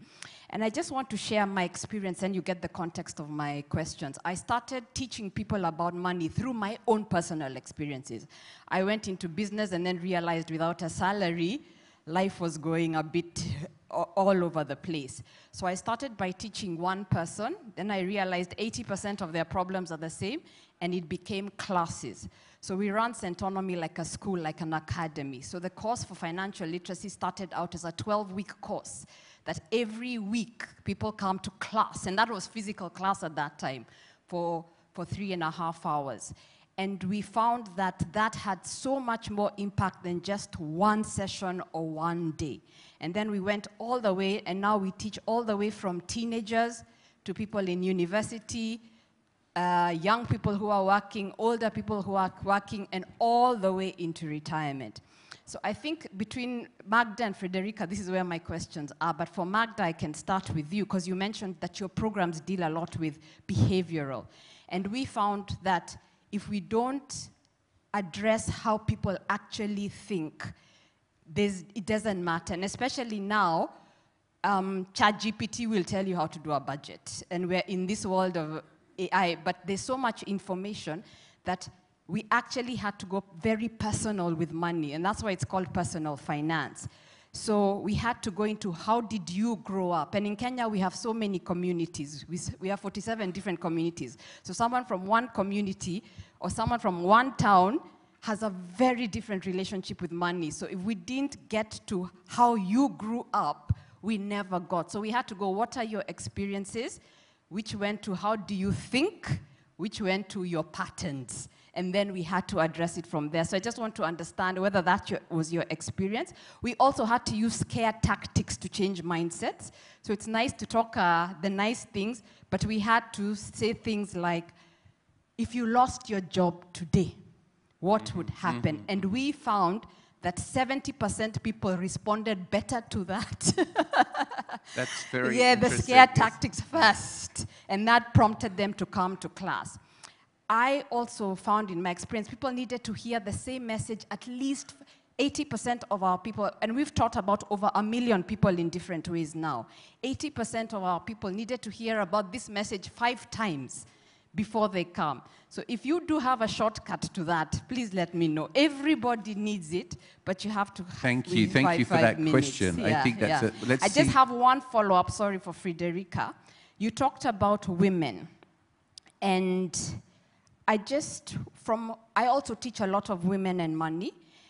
How do you deal with yes, they're the homemakers, they're doing a lot of work, so there's the unpaid care work that women are carrying the bulk of, but how also do you deal with the cultural context that we are also coming from? From my area, a lot of times women don't believe that they should earn more than the husband. I was talking to a waitress here in Bali yesterday, and she's like, she doesn't want to get married because if she goes back to her village, that would mean the end of her career. And sometimes it's a very tricky conversation. How do you deal with some of those cultural issues that are very ingrained? And then for all of you, even as we talk about financial education, are we going past programs? Because we're in the age of content, podcasts, social media. So even though the programs are not there, they're going to watch somebody on social media or hear a podcast. So are we thinking of education beyond the typical? and going into how does an influencer help us spread financial education or a podcast. Thank you very much. Thank you, thank you. We might take the other question and just give our panelists a chance to think about those excellent questions. Thank you. Bismillahirrahmanirrahim. Assalamualaikum warahmatullahi wabarakatuh, and a very good morning. Thank you, Miles. My question is on the definitions of financial literacy and Islamic financial literacy that we have discussed last year actually with the OJK and KNKS in Indonesia, and we were trying to define Islamic financial literacy. Perhaps Ibu Magda could address this one. And the second one is actually on integrated financial literacy and educations. And I've been dealing with the people with disabilities, and I find that the approach not only financial education per se, but also we'd like to embed it with their religious values, morality, ethical conducts. And I think thanks to OJK for establishing a special department on Islamic financial literacy and inclusion. And I would like to ask other countries' experiences, perhaps in Italy, on how to actually educate people with embedding the cultural values, and in Japan, for instance, on the morality, how we actually address it to people. And I think I can find that is more effective. When we address this one to the people with disabilities, for instance, the blind can see, the deaf can speak, and the mute can speak, the deaf can hear when they talk about money, and when we touch about their morality in their life.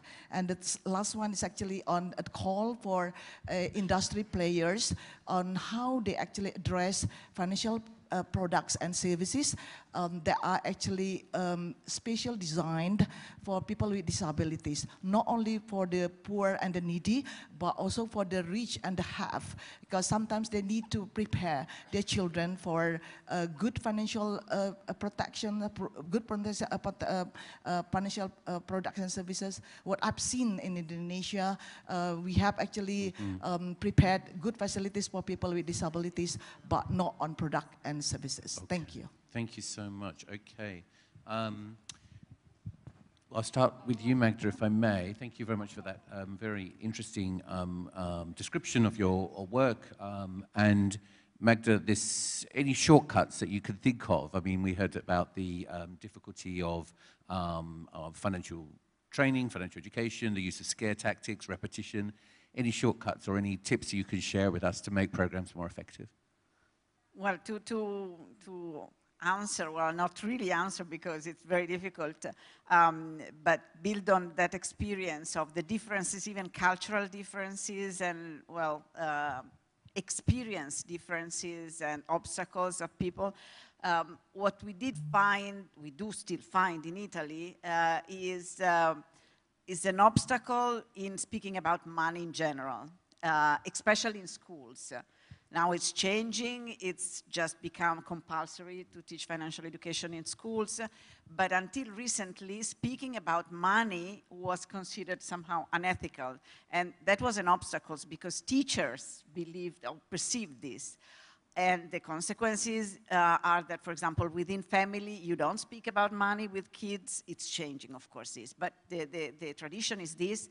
Or if you speak about money, you speak just with male kids and less with female kids, of course. But this is a great obstacle. So we need to address this, to go slowly, and to speak, to answer a little bit the next question, in terms of ethical values. And this we do especially in schools. With adults, it's very complex because we tend to address specific issues. But in schools, especially in primary schools, we don't really start with financial issues. We start with the general situation, the value of money for well-being, individual well-being, but also community well-being, what you can do with money for other people, the value of paying taxes, which in Italy is an issue. So the value of it for the community, for the general well-being. So we try to balance this. Of course, it's a long-term thing, and it is actually changing. Also, cultural approaches are changing, but it's absolutely true that you have to keep that into account. The other thing, the specific thing about disabilities, which you were speaking about, that's very, very important, I think. It's not always easy. We have programs, for example, for people with hearing disabilities or blind people. It is essential. Of course, you need to involve them to build reasonable projects, to make them really, really effective. But I think we need to deal with all of that. Thank you, Magda. Kiki, if I can bring it to you, perhaps to sort of have a general response to those questions, perhaps particularly the thing about women and culture, disabilities you've already mentioned, and perhaps you could say a word or two about Islamic financial literacy as well. But may I also address a sister from Kenya? I think your question really relates to us here. Indonesia with 17,000 islands, different ethnicity, different culture, different religion, all different. If you walk like, different part, maybe they speak in a different language, but we also, of course, we have a national language.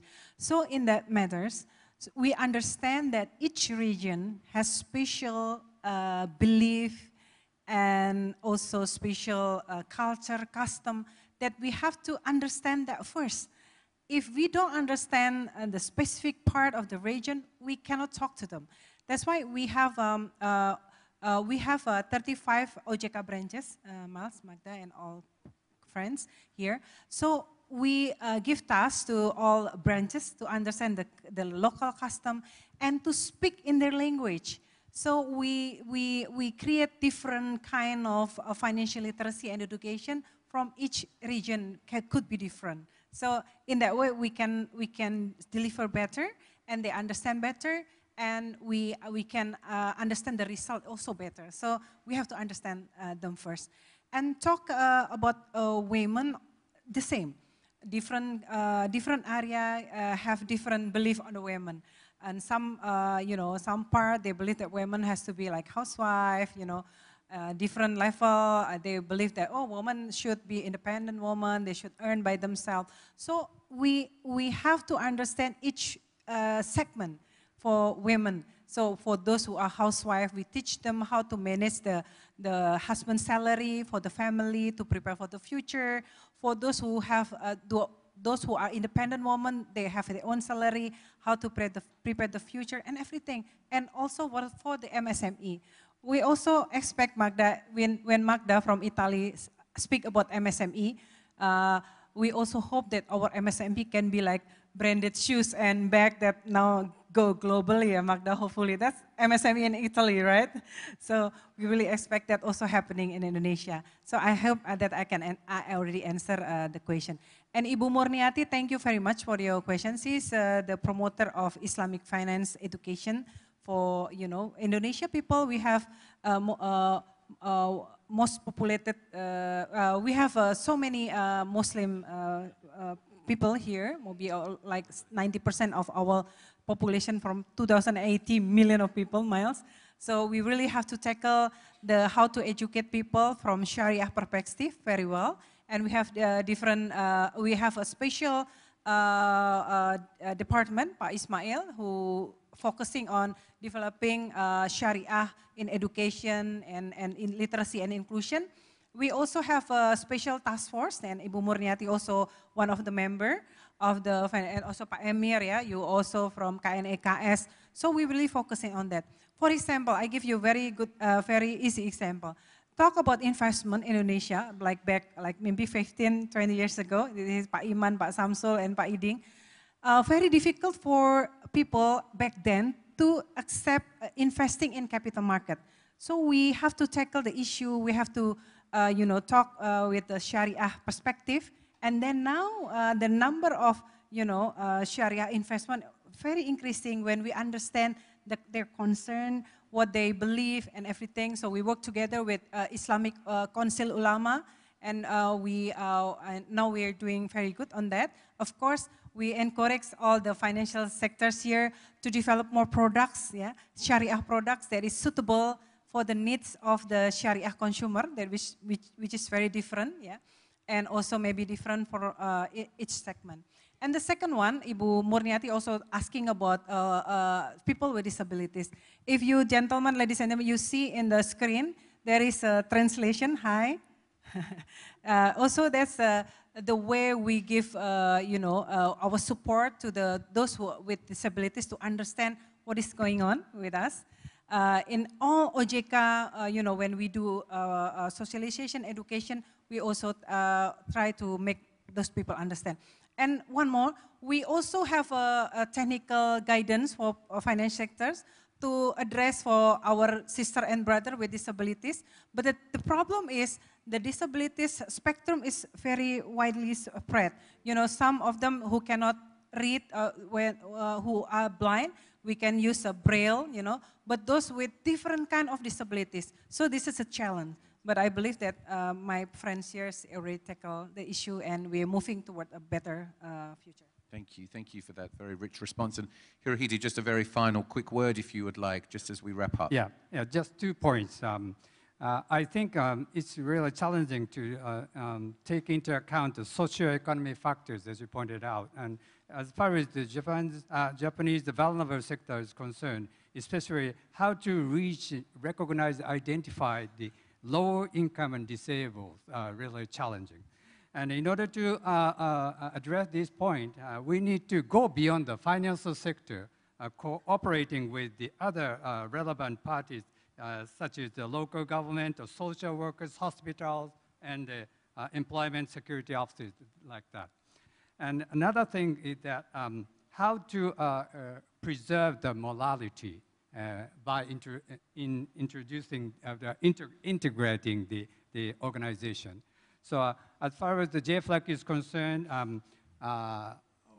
BOJ continue to have very clear and strong commitment to financial education and JFLAC. We are providing a quarter of capital of JFLAC, and a quarter of budget and operational expenses of JFLAC by subsidy, and we are seconding 40% of staff members for nothing. It's a free secondment. And we also utilize the 32 branches in all regions in Japan to support the JFLAC activities in regions, because the JFLAC has only the headquarters in Tokyo. So like this, we try to utilize our asset of neutrality and fairness, trust from the public in BOJ to best utilize to support the JFLAC. Terrific. Thank you very much. I think we are out of time for this panel. I'm sure we could have unpacked these issues all day. I want to really thank the panelists for such a rich and diverse discussion.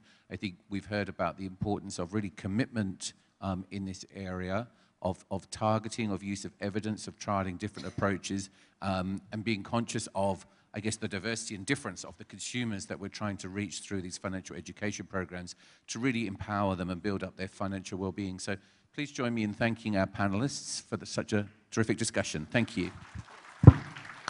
Thank you to all speakers and moderators for an amazing presentation and discussion.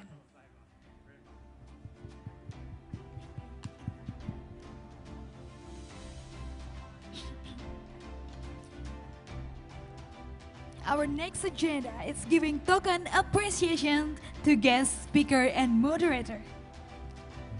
Please, Ibu Frederica, the first token appreciation to Miss Magda Bianco.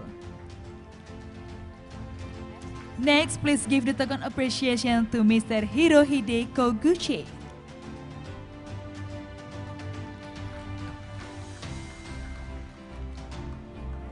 And the last, please give the token appreciation to Mr. Miles Larby.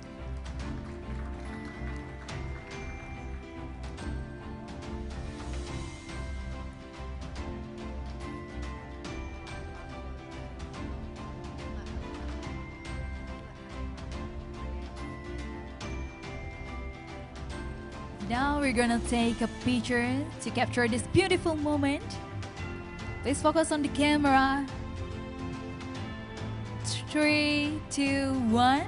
Once again, 3, 2, 1. Thank you very much.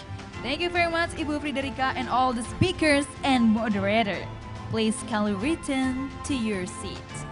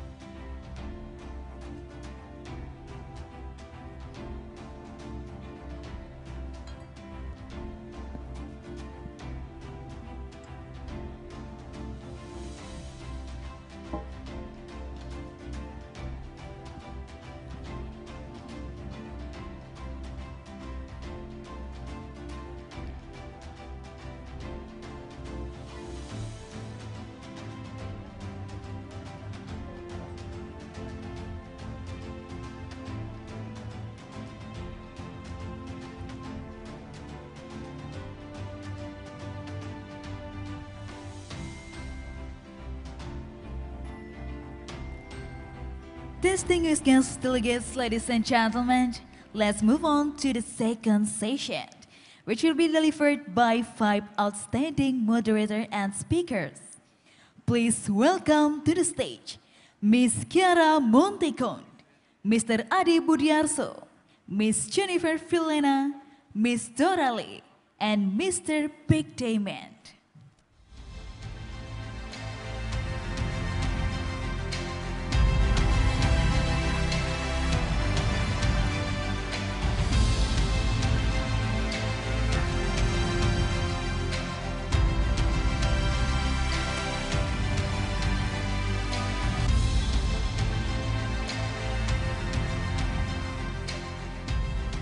Welcome to the stage, Head of the Financial Sector Policy Center of Indonesia, Mr. Adi Budiarso.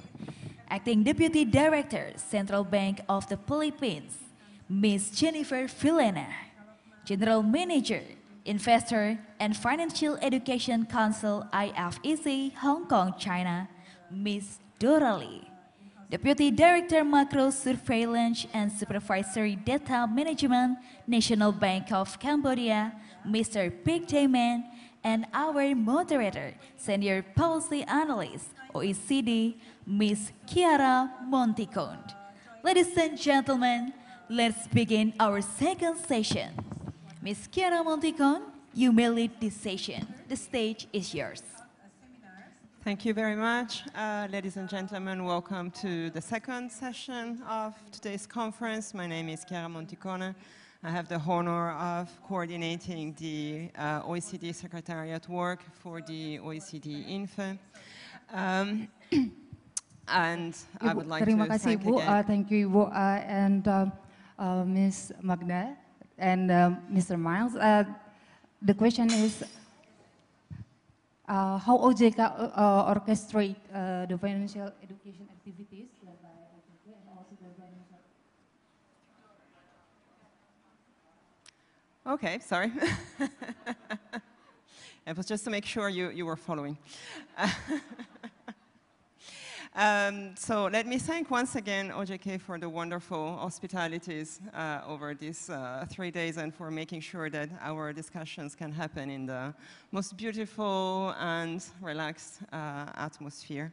So as we heard from the opening remarks this morning, both from Mr. Mirza and from the OECD Deputy Secretary General Takeuchi, consumers do face a number of challenges in their ability to manage their finances and also affecting their financial resilience. And as we know, increasingly these challenges come from climate-related risks and also from the emergence of sustainable finance products, which may be complex and new for many consumers. Of course, these are issues that we've been discussing repeatedly within the INFE and especially within the working group on sustainable finance and financial literacy that is very skillfully led by Ms. Dora Lee and also Paola Soccorso from CONSOB. And today's session will really be an opportunity to delve a little bit deeper into all of these issues, and we have a fantastic set of panelists today who can tell us more about their experience from different countries and different contexts and also different policy perspectives. So I will start with a few slides. I would like to tell you a bit more about some preliminary results from research that we have been conducting at OECD. I hope this will help us set the scene for the discussion. Then we have time for a panel discussion with our panelists, and hopefully we will have some time at the end for questions. I have to say that the event is running slightly late, so we will have to be very efficient and focused in our messages today in order to finish in time for the lunch and prayer break. Okay, so with this, without further ado, thank you. Okay, so let me tell you a little bit more about this piece of research that we have been doing, and I should really start by thanking my colleagues Bianca, who is in the back, but also Federica, who is in the office, for doing all the work that is behind this data. This is part of research that we have been conducting in the context of our regional project in Asia that is generously supported by the government of Japan. And of course, this builds on all the work that we have been doing in the INFE over the past few years on sustainable finance and financial literacy. So this study focuses in particular on Cambodia and the Philippines because these countries are particularly at risk of climate-related events and disasters, and of course, this is also why we have our panelists from Cambodia and the Philippines here with us today. And I should also say that even though we talk about sustainable finance, then in reality, most of the research has been focusing on the green or environmental aspects of sustainability and a bit less on the social aspects, because this is where most of the evidence is currently available, and also because most of the interest from consumers in sustainability and environmental issues is. So I will, this way. I will start by saying a little bit about how we have been thinking about all of these issues and how they fit together. So we have been looking at these from mainly two angles, which are related to, if you look from the left, to the relationship between the environment and individuals. So we've focused on how climate-related risks on the one hand affect households' financial resilience and their finances in general, but also recognizing that individual financial decisions, their spending, consumption, investment decisions also have an impact on the environment and society at large. And of course, all of this happens within the context of the financial system and of financial decision-making. And this is why, basically, there are implications also for financial literacy, because people need to have the knowledge, the awareness, the skills to be able to take good financial decisions and choose appropriate financial products to take into account these whole environment issues. So in the presentation that I will go through today as quickly and efficiently as I can, we will start by looking at attitudes and preferences of consumers, because as was also mentioned, especially by DSG Takeuchi before, we know that many consumers are interested in sustainable finance products, and there is a growing interest for sustainability issues in general. People are becoming increasingly worried about the impact of climate-related risks on their households and their finances, but at the same time we observe that it's difficult to translate this into action. I mean, we all know that behavior and behavior change are very difficult domains, and change doesn't happen overnight, but we see that it's difficult for consumers to translate their preferences really into action. And then at the end we will explore what is the role of financial literacy in all this. So first of all, from this piece of research we see that about half of adults in both countries they declare that they do care about the environment and the impact of their decisions on environment society. They consider that their decisions, their goods and services that they buy can have an impact on the environment and society, and they believe that they can contribute to better outcomes through their financial decisions. At the same time, about 2/3 of adults say that they are worried about the impact of climate change, not only on the planet, but also on themselves and their families. So these are quite sizable proportions of the population. However, then when we look at behaviors, what people are actually able to do in practice, the picture, of course, is a bit different. So even when we concentrate on those who have declared that they think that they can contribute to better outcomes for the environment and society through their own financial actions. Actually, not many people end up holding products with ESG characteristics or features or labels. Many of, even when we look at people who have actually been affected by climate-related events in the 2 years before the survey, very few of them hold any products that could protect them from this kind of risks in the future.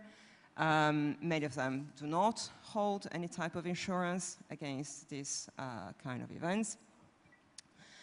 And of course, we recognize that there may be many, many reasons behind this. There may be reasons related to the supply side, to the availability of products who can actually help consumers doing this, and it may also be an issue of limited financial resources in the households, limited income, limited financial resilience, and here, for instance, we see that indeed financial resilience can play a role in this kind of behaviors. However, at least for this piece of research and for today's discussions, we wanted to focus on the role of financial literacy. Of course, taking into account, as I said, that there can be many barriers that can make it difficult for consumers to take action in this respect. These kind of barriers can include, of course, limited financial inclusion, limited supply of specific products that can either help consumers protect themselves against climate-related risks, or limited supply of sustainable finance products.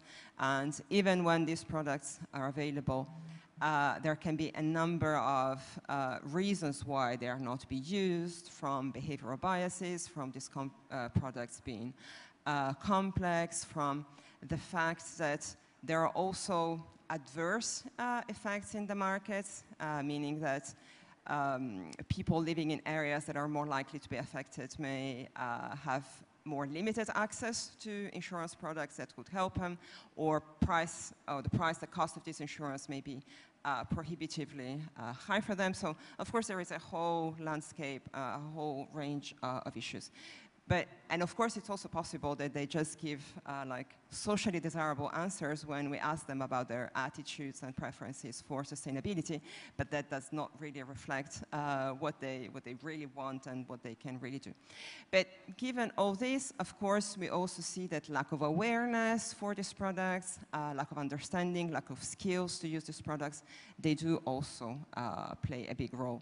So let me now focus on the financial literacy angle of this. So starting with the general picture, of course, as we know, financial literacy in general is quite limited, not just in this region. We observe a very similar results also on average across the countries that have participated in the latest data collection that the INFE coordinated on levels of financial literacy among adults. However, when we zoom in on ESG and sustainable finance products, when we asked respondents why they don't hold this kind of products, the top one reason that was given by 45%, over around 40% of people in the two countries, why they do not hold these products, it's because they said that they were not aware that these products existed. So actually a very simple reason in a sense. Many consumers believe that sustainable or green financial products are too complex for them to understand, and so this is also another reason why they don't hold them. So they may actually be right in not holding something that they don't understand. And then we tried to come up with a few knowledge questions to see to what extent consumers were understanding what greenwashing is, or how green bonds work, or even what sustainable investments mean. So for instance, just to give you an example, one of the questions was, sustainable investments indicate investments that are less expensive than others. And then respondents had to say whether this was true or false. And of course, I mean, I hope everybody in this room knows the answer to this question, but as you can see, the very, very large proportion of people in all of these countries, they simply said that they don't know they were just lost in this. So this gives you an understanding, like an idea of the understanding around these issues. So what can we do for this? Of course, these are very preliminary results. We will keep discussing on them also with the concerned countries. But basically what we see is that consumers in those countries, but I'm sure this can apply to many other countries that we have not surveyed yet, they are worried about the impact of climate-related events on themselves and on their families, and they think that they can contribute to better outcomes for the environment and society through their own financial behaviors and financial access.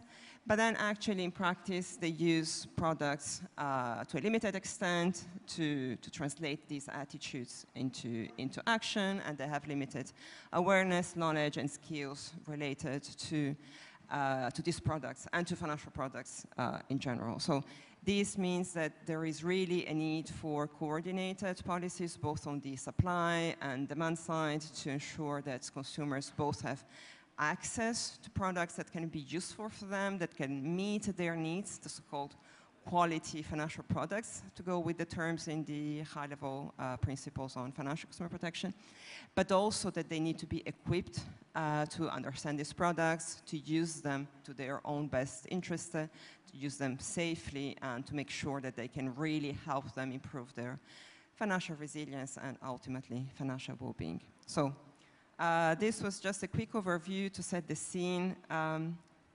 Of course, we will publish these results, and we will continue working on these issues also with other countries through the INFE. So stay connected. We will continue doing work on this. Thank you. So let me now turn to our very distinguished panelists. I have to apologize. We will have to have an abbreviated discussion to make sure we make it on time for lunch and prayer. But I wanted to also see what is your experience and to some extent also your reaction to this presentation. Again, focusing on evidence, on consumers' knowledge, understanding, behaviors, attitudes related to all of these issues. So I wanted to see whether you have also collected evidence in this respect, and what have been the results of this evidence. So perhaps we can start with Dora. I know that you have indeed done some surveys, so can you tell us a bit more, please? Right, okay. My slides can come up if possible. So first of all, thank you, everyone. I told all the other board members that I'm in love with Bali before I landed, because I saw a rainbow on the plane, and it's just beautiful. So hopefully, me and my family and my relatives and all my friends will be contributing to the GDP of Indonesia. So IFEC in Hong Kong has been tracking on about sustainable investing since 2021. So we have managed to make comparisons as to gauge the interest, the awareness, the product holding of investors, focusing on retail investors only. So awareness level, we can see that basically retail investors are on a growing trend from 38% up to 61%. And in particularly, you can see that young investors, we classified from the age 18 to 29, grow from 22% to 71%. And on the point about incidence of investing, that is whether they had participated the past 12 months to invest on a sustainable product, actually also grows from 2% to 11%.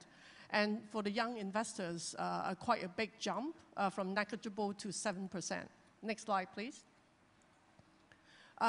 We also measure other subject matter as well, like, for example, the interest in ESG investing. So we can also see pretty good growth, but not enough, about sustainable or ESG investing. And the interest to learn more, we see actually a gap as well. Young investors start to lose a little bit of interest. Probably post-COVID-19, there are a lot of different investment products which come up into the market, in particular virtual assets. So I think these evidence and data actually guides IFDC to actually put up together how we can actually promote and also enhance investor education in terms of ESG investing for Hong Kong. Thank you very much, Dora. Of course, Hong Kong is a market where there is a lot of participation in retail investments, so it's interesting to see these trends. Okay, can we perhaps now hear from slightly different context? I wanted to ask you, Picti, what's your experience in Cambodia? Have you also had any evidence in this respect?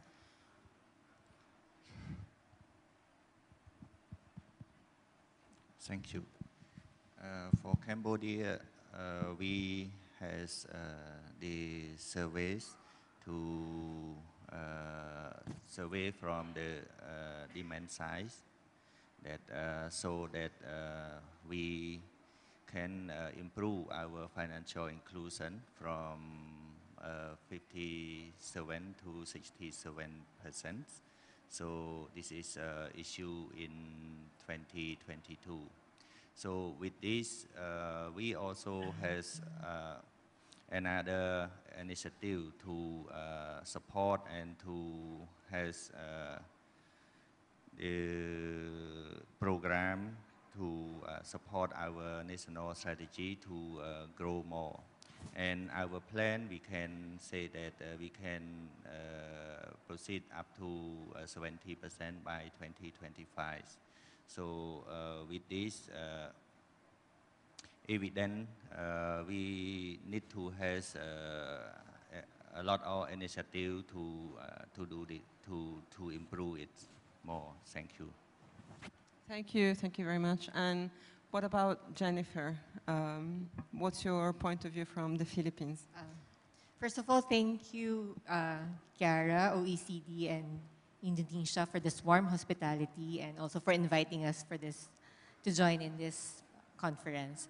In the Philippines, the BSP, or the Central Bank of the Philippines, we haven't specifically designed a survey that will address or measure the attitude, knowledge, and behaviors of financial consumers with regard to climate-related or risks or climate change. However, during the Financial Inclusion Survey in 2021 was conducted during the time of pandemic. So in a way, it provides valuable insights into how the financial consumers will behave when faced with income uncertainty, as well as health concerns or natural disasters. So in that particular survey, in the 2021 survey, the results indicated that more than almost half of Filipinos rely on borrowing as their coping mechanism during these natural disasters, when faced with natural disasters. So that's a big concern. And also another thing is that it was also found in that survey that even for liquidity concerns, they are already borrowing. And their next coping mechanism is the use of existing assets, and that is savings and investment, and income rather. And one thing that is also another concern is that they are not using insurance, or they're not utilizing insurance as their coping mechanism, when in fact that's one thing that is important, particularly on this climate-related risk. And the World Bank Findex also indicates the same, that 14% of Filipino adults can only come up with emergency fund.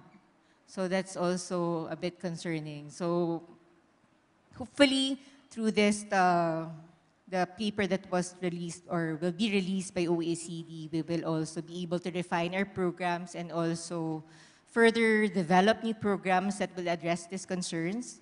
Not only with regard to how they are handling their finances, but also channeling more to investments in sustainable ESG or channeling more to better investments that is also helpful for them in the future. Yeah, thank you very much, Jennifer. Indeed, COVID and climate are compounding challenges for many people, especially the most vulnerable ones. Okay, I left Adi for last. Please, what can you tell us in this respect from Indonesia? Thank you so much, Kiara. I have slides on the financial literacy. I think it's slide 5. I would like to show up to all of us. Indonesia is a really big country. Since 2016, we are already reached $1 trillion economy, and that's why Indonesia is part of the G20. And the contribution for the economy in ASEAN is more than 40%. But to be frank, with all of us, we can show you now the literacy and inclusion index result. This is actually the result in the 2024 survey.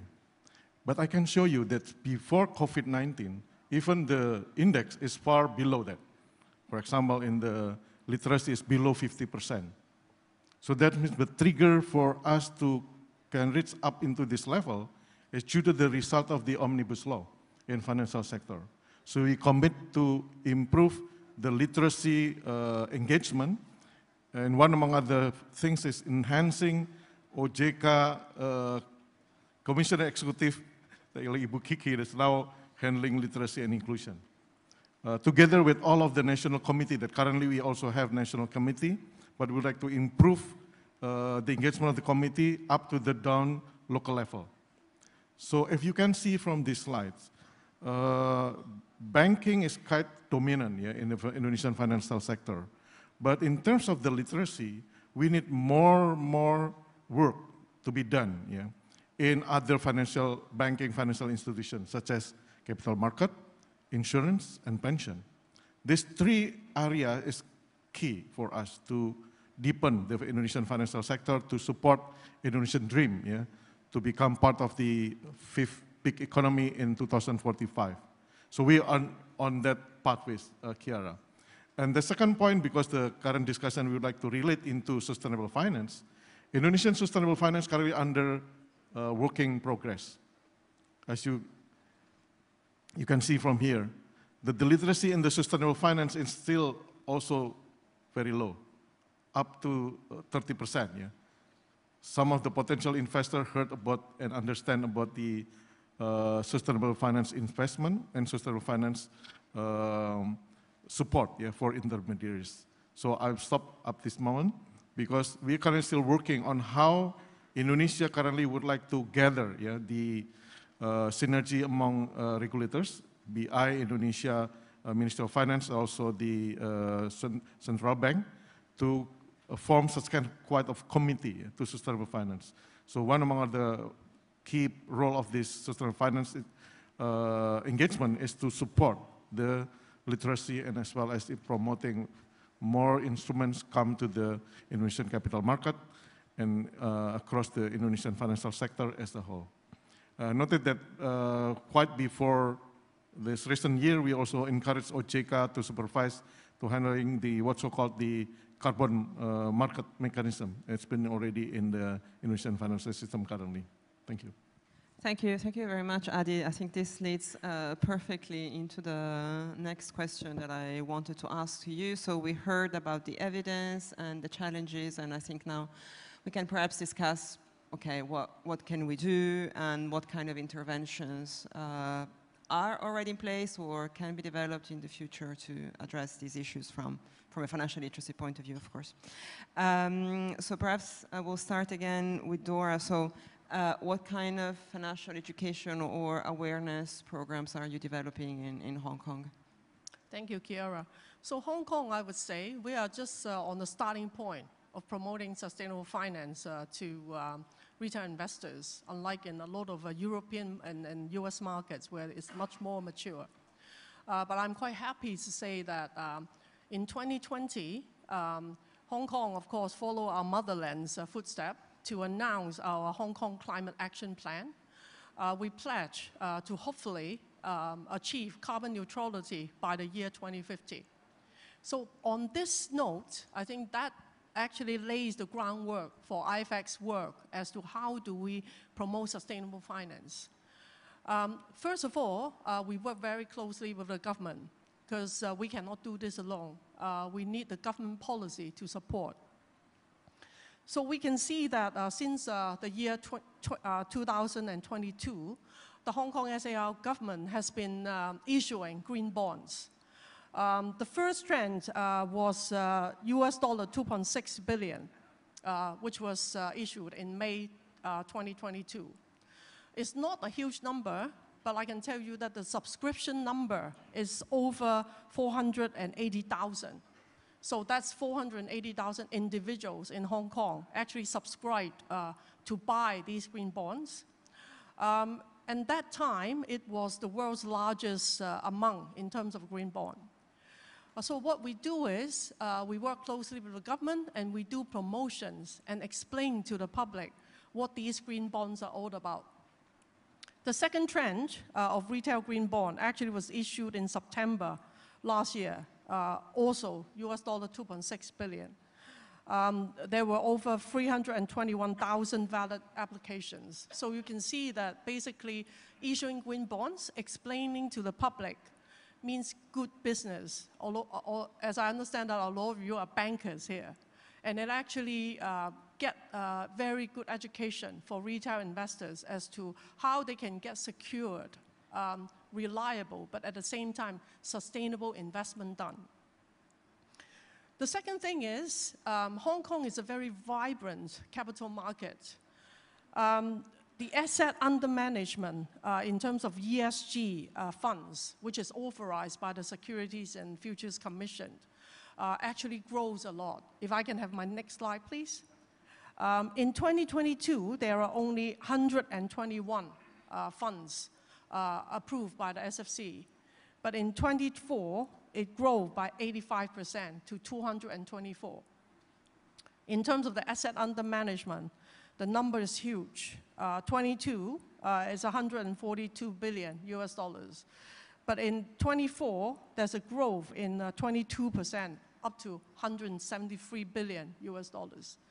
So audience, all of you, I know you are businessmen, bankers, policymakers. This actually means opportunities for both sides, for both retail investors, educators, as well as the capital market and corporates.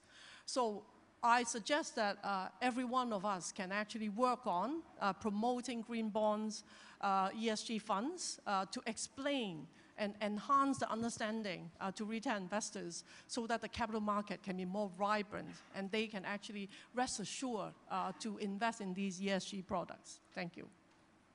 Thank you, Dora. And in terms of awareness and education, would you like to tell us a bit more about your programs at IFEC in Hong Kong? Okay. So it's basically riding on three basic strategy. One is, first of all, raising awareness.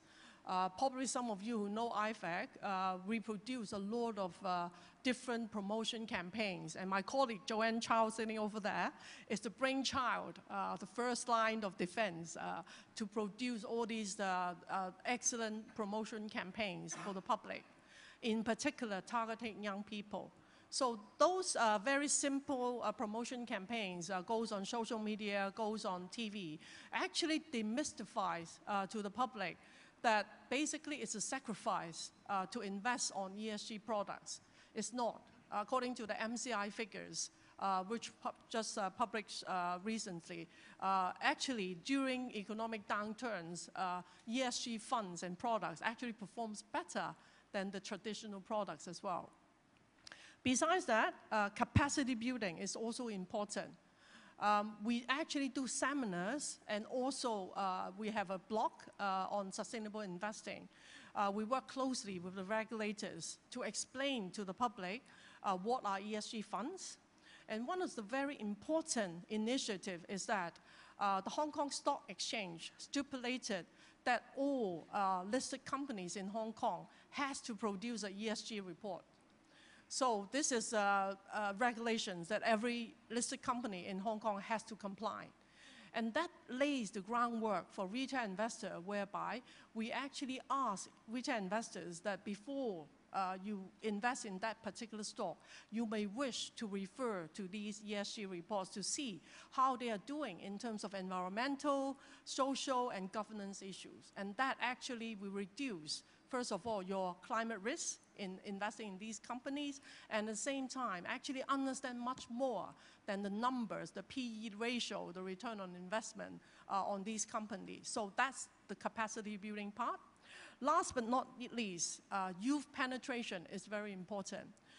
We also put into our curriculum in terms of our extracurricular programs for even primary schools, teaching them about the importance of biodiversity, responsible consumption, and which leads to sustainable finance and investing. Why do you need an electric vehicle rather than a fossil fuel vehicle? I think those are the very groundworks that we are working closely with the Education Bureau. As for youth, we actually have different challenges and also sometimes some very simple psychological tests, which you can actually find it in online, but unfortunately it's in Chinese, that they can actually test their knowledge about these sort of subject matters. So we will actually continue to focus on these 3 pillars to promote ESG or sustainable finance education. Thank you very much. That's very interesting. So, Pikti, what's your experience with the National Bank of Cambodia in terms of policies on financial literacy or other policies to address these issues? Yes, thank you very much. Related to financial literacy for Cambodia, one, it is related to from young generation. So National Bank of Cambodia, we are work closely with the Ministry of Education to embed financial literacy into general school from grade 1 to 12. And currently we pilot test grade 4 and 7 successfully, and we also plan to complete it and by 2026. And we will embed it as a national curriculum. This is the major one that we want to improve financial literacy into national curriculum. Another one, we are mainly focused on women and women entrepreneurs. So we work closely with Ministry of Women Affairs. We focus on women entrepreneurs. We has awareness related to digital financial literacy, and we also cooperate with Visa. We also cooperate with UNCTS to do the awareness and financial literacy that focus on women entrepreneurs. Especially, we are mainly focused on the geography, especially surrounding the Tonle Sap lakes. And another one, it is for the local government. For the local government, National Bank of Cambodia incorporate with the association ABC and CMAs, Cambodian Banking Association and Microfinance Association, to raise awareness for local authority to make sure that they are aware on that, and then they can support the people in the local. And to support this, we also established another project to support this in, right now it is on the pilot test in 4 provinces. It is called Safe Finance in Community. This program is mainly focused on empowerment the consumer, especially because of our country after COVID, a lot of scam, yes, that produced by the digital. So we are mainly focused on that, and we plan to have the result. We also conduct the baseline, and the inline may be finished by this year. And another one thing, we also mainly focus on garment worker, and we are work on awareness on this area also, and we also cooperate with Good Return to support this, to make sure that, because we understand that women worker, they don't care too much on money. So we want to improve, especially related to their expense and saving. And another thing, it is related to national strategy, because we also understand that to improve this, we need all stakeholders to support us. So we understand that national strategy, it is very important. So right now, NBC is the institution that initiative to establish another new national strategy, because currently we have 1 year to go to establish the new strategy. And another thing, we also encourage for the BFI, banking institution, to has their own literacy, especially their products. Because when they launch their product, they make sure that the product is aware by the user, especially related to payment system. And one more thing, it is related to app. NBC also established education app that is easy for, especially for the youth, to log in and then to test it, what it is related to financial literacy. Yes, thank you. Thank you very much. Yes, indeed, it's very important to build a solid foundation of skills among young people and different target groups. Thank you. Jennifer, perhaps, can you tell us more about what you're doing in the Philippines? Thank you, Kara. So similar to Cambodia, we have the same approach. It's quite different from the country of Hong Kong. So because with Dora, the investment is, they are all in a way more mature in terms of the financial products and services. So their focus is on how they need to educate their locals into investing, ESG, sustainability, bonds. But in the case of the Cambodia and the Philippines, we're focused more on financial education programs, incorporating the essential needs or the importance of putting up an emergency fund, and also at the same time making sure that they are also aware of their rights and responsibilities, since they are not aware that most of the Filipino consumers are not aware of the standards of conduct of financial institutions that they are expected to, of course, are expected to demonstrate fair treatment. They also need to provide effective redress mechanism. And of course, there's also incorporated in our financial education programs is the message that they are protected from frauds and scams. That's also one. And then we have a specific program that is targeted to our fisher folk and farmers and livestock raisers, since these are the most commonly affected by natural disasters. And apart from the key messages of putting up an emergency fund, the basic key messages on financial education, we also, part of this key message is we included the conservation of natural resources. So that's one of the 5 key messages. So it's similar, the Kita Muna and the Fish and Learn, so these are simulated games. So it's quite similar to Monopoly, but they don't need to draw a card for every life cycle event. So they are faced with life cycle events that include fire, So it also included probably a scam.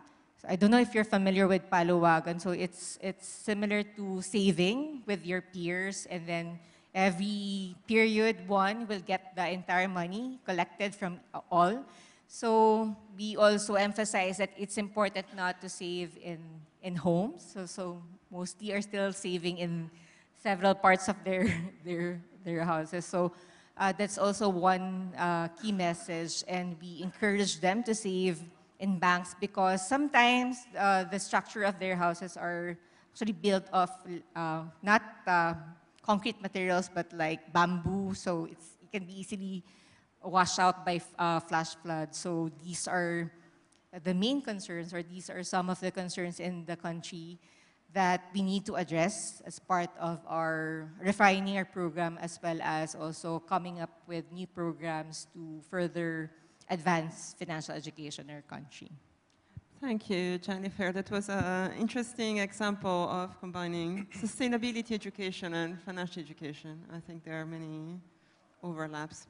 And Adi, so you mentioned previously the limited awareness about sustainable finance in Indonesia. So would you like to expand on how are you addressing these challenges? What are you doing? Yeah, thank you, Kiara. I would like to first touch on the leading by example by government. On my slide, I think I can show you my slide 4. Yeah, slide 4. Yeah, government currently trying to promote instruments that really directly related with sustainable finance. The learning from growth in the green sukuk demand, Indonesia retail green sukuk has grown significantly, showing a cumulative issuance increasing from 1.46 trillion Indonesian rupiah in 2019 to 21.86 trillion Indonesian rupiah by latest issuance. So this reflects the strong investor interest in sustainable finance product in Indonesia. This indicating also the appetite for green investment and among retail consumers. And I would like to note these things. Gen Z has shown that the most substantial growth in the retail green sukuk investment, as we can show from this slide. The significant increased participation from 2021 to 2022 is apparent, and this highlights a shift in younger generation financial preferences. It can already show already in favoring environmentally and socially responsible investment. In particular, for promoting policies that to support the literacy as well as inclusion, government would like to approach and already been doing the cooperatives or the collaboration at the national level and also local government level. The second point that we would like to emphasize also the importance of multilateral and also regional cooperation, like we have been working with Magda in 2023 when Indonesia chairing Global Partnership Financial Inclusion. We launched what's so-called G20 Yogyakarta Financial Inclusion Framework, where we would like to harnessing the digitalization into the youth and also small medium enterprises across G20 countries. So we try to do the benchmark, and we set the benchmark high for Indonesia as well to promote the sustainable finance as well as the financial inclusion. Last but not least, we would like also to encourage regulators within the Ministry of Finance, within the real sector line ministries, also with the other regulators such as OJK, BI, and LPS to orchestrating the sustainable finance inclusion, better deepening, and also stability. I think that's good. Yes, indeed. Thank you for reminding. These are global challenges, and we need multilateral and global responses, indeed. So thank you. We still have some time if there are any questions from the audience. Let me see. Otherwise, I have still some questions from me. Anyone? Okay, I can't see anyone. I guess it was two dense sessions. So can I ask you to give just a final word each on the way forward, plans for the future? Okay, we can maybe go in different order. Maybe we can start from you, Pikti, this time. Yes, thank you very much for Cambodia. We planned one, it is related to consumer empowerment. So we continue our program. One, it is related to the local awareness authorities, one. Another one, we also mainly focus on women entrepreneur. And another one, we will embed our financial literacy to the national curriculum. And another one, we plan to has another national strategies for 26 to 30. And related to this, we also plan to reduce, especially related to informal lender, by cooperate with the Ministry of the Interior to make sure that this one is reduced. And another thing that we need to success all this, we also need the cooperations among the ASEAN country, because we are the ASEAN member. And one more that related to this, we also mainly engage with the UN, especially UNCDS. They are mainly focused on the policy for us. And we also cooperate with ISC, that they are mainly focused on consumer protection, and they support for supply side for us. And we also need to improve our capacity. So a lot of work for us to do. And to success this, because our country, especially related to the structure, we also think that the mandate, it is very important for this function. And we need human capital and also fund capital. Thank you. Thank you indeed. Adi, a final word on the way forward and next steps? If I may, I would like to make 2 points. First, on sustainable finance. Sustainable finance is almost impossible job. If we still do business as usual, we never reach that ambition by 2060 or earlier. That's why we need to do outstanding job together. The second, on the financial inclusion, as we can show you literacy, as we can show you that the commitment of the almost all regulators and line ministries happen, that accelerate the financial inclusion and literation. And that's actually key for deepening and also promote stability for financial sector to support the inclusive development. Thank you. Thank you, indeed, so true. Jennifer. Well, I would like to point out that sustainability and financial education is a shared humanity. So we are actually very thankful to be part of this conference, because we also get to know what are the other central banks are doing with regard to the same challenges that we are also experiencing in our country. And one thing that we also need to understand is that this is a whole of society approach. In a way, it includes the financial consumers, and the focus on financial consumers is something that we also, that is also challenging. So it's how to translate it to behavior. They know, they are aware of what's the right approach to managing their finances. However, it doesn't translate to the behavior. And in a way, this is the same challenges that we are experiencing, but the good thing is that slowly we're getting there through these conferences that we are also attending, and the initiatives that we are advancing in our as central bankers. So hopefully in the future, this will no longer be the same, or probably it will improve. And again, thank you so much for inviting us to be part of this session. Thank you. Thank you, Jennifer. Thank you for joining. Dora, last word. Thank you, Kiara. I hope I have enough time, a lot of last words. first of all, in terms of retail investor education, I think that doesn't just apply to ESG investment education. We advocate KYP. I know a lot of you bankers, when you hear the word KYC, you'll be like, oh yeah, lots of work.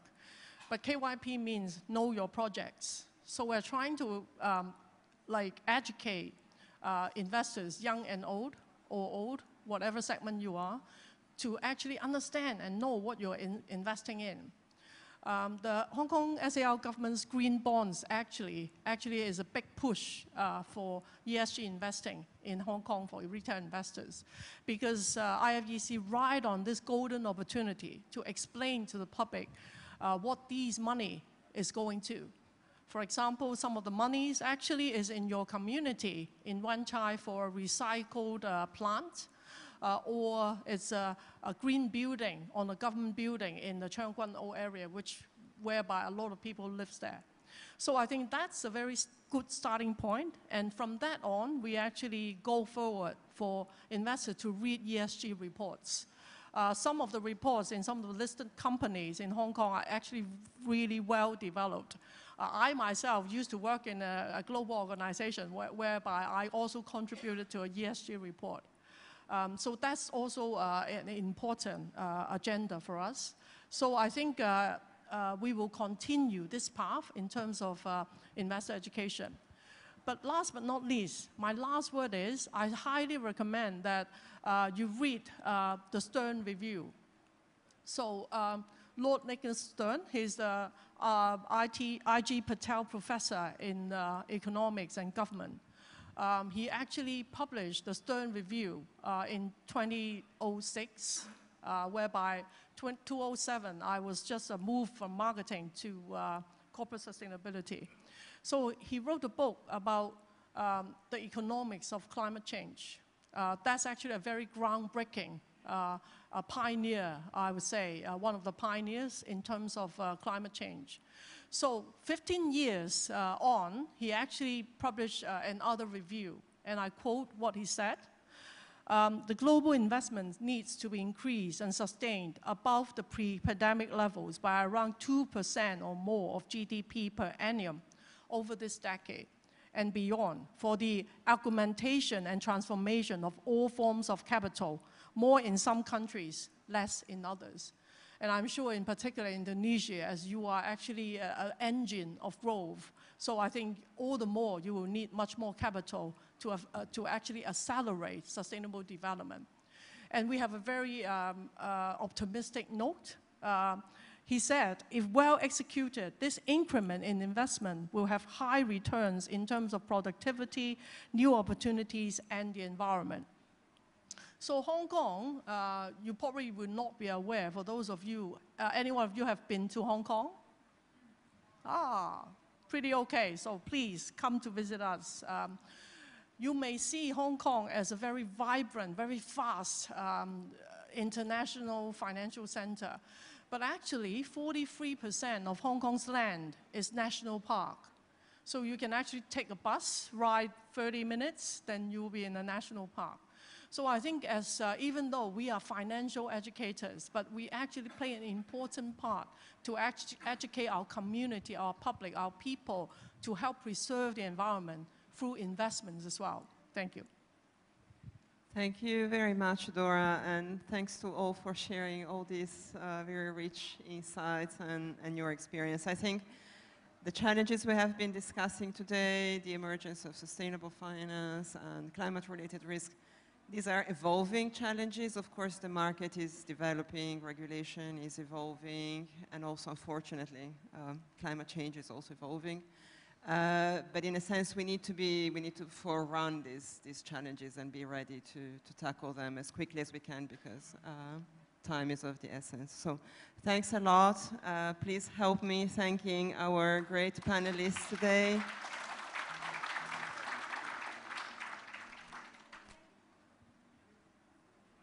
Thank you to all speakers and moderator for an amazing presentation and discussion. Please round of applause again, everyone, to appreciate our speakers and moderator. Please kindly stay on the stage Our next agenda is giving token appreciation to speakers and moderators.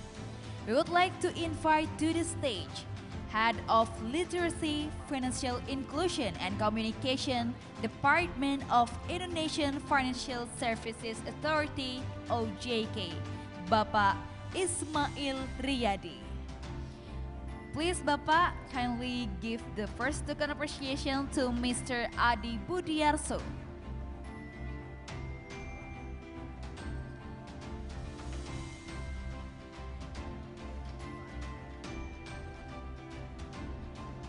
Next, please give the token appreciation to Mr. Adi Budiarso.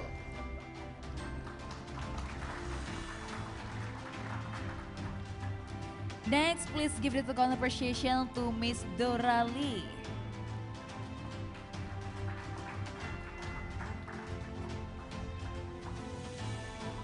Last but not least, please give the token appreciation to Mr. Big Day Man.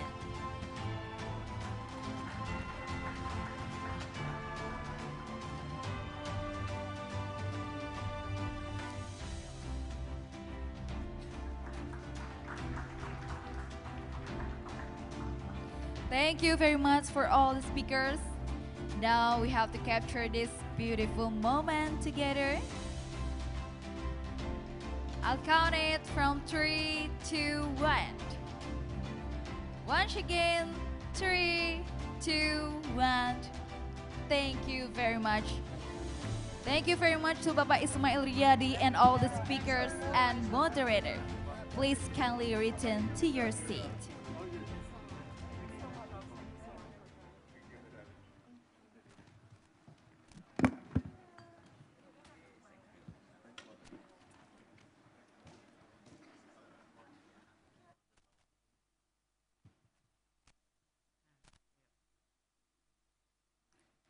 Ladies and gentlemen, esteemed attendees, we are now entering our break time. Lunch will be served at the Nusantara foyer outside the Nusantara ballroom. And for Muslim attendees, we have provided a prayer room at Manada Room on the second floor. We shall continue our next session at 1:15 p.m. local time, so please be on time.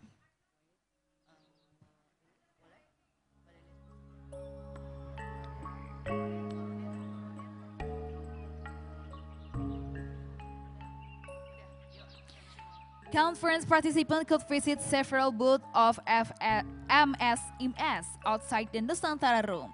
These MSMEs are assisted by Bali OJK Regional Office, which is part of the Regional Financial Access Acceleration Team. Or in Indonesia, we call it TPAKD, Tim Percepatan Akses Keuangan Daerah. The TPAKD is a coordination forum for government institutions and related stakeholders to accelerate financial access in the region, supporting regional economic growth and enhancing social welfare. In Bali province, there are 10 TPAKD units at the provincial, city, and district level. The work programs include the Priority Agriculture Credit Financing Program, the Kejarku Pandai initiative, One Account, One Student, One School, One Branchless Banking Agent, and the Bali Nadi Jayanti MSME program. The participating MSMEs in the exhibition are part of Bali Nadi Jayanti program, consisting primarily of women and people with disabilities. This program is designed so that SMEs can develop and compete in order to move up the scale of their business by accessing financial products. They also receive training through technical assistant or business incubator in collaboration with the Department of Cooperative and MSMEs across Bali province.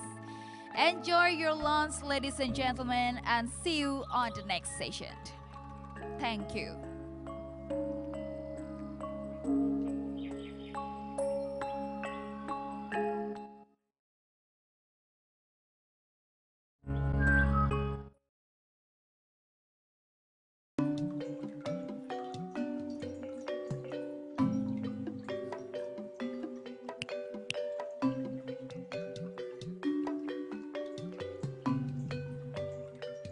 Ladies and gentlemen, please proceed to the Nusantara room as we will begin our next session shortly. Ladies and gentlemen, please proceed to the hall room as we will continue and start our next session shortly.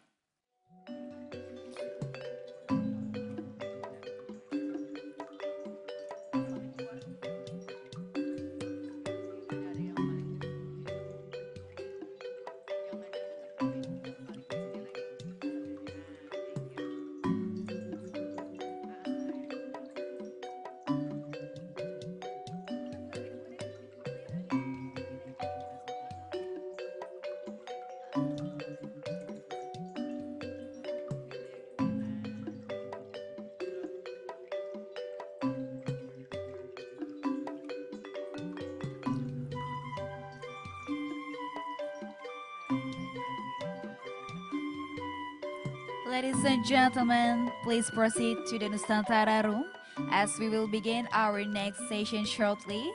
And we kindly request to return to your seat. Once again, we would like to inform you, please proceed to the Nusantara room. And kindly request to return to your seat as our event will begin shortly.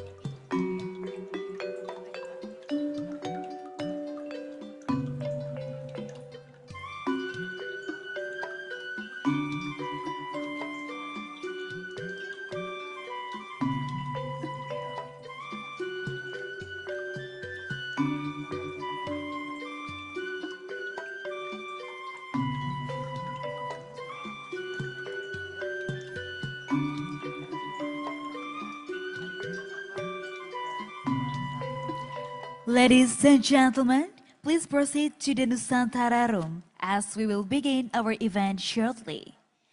And we kindly request to return to your seat. Thank you.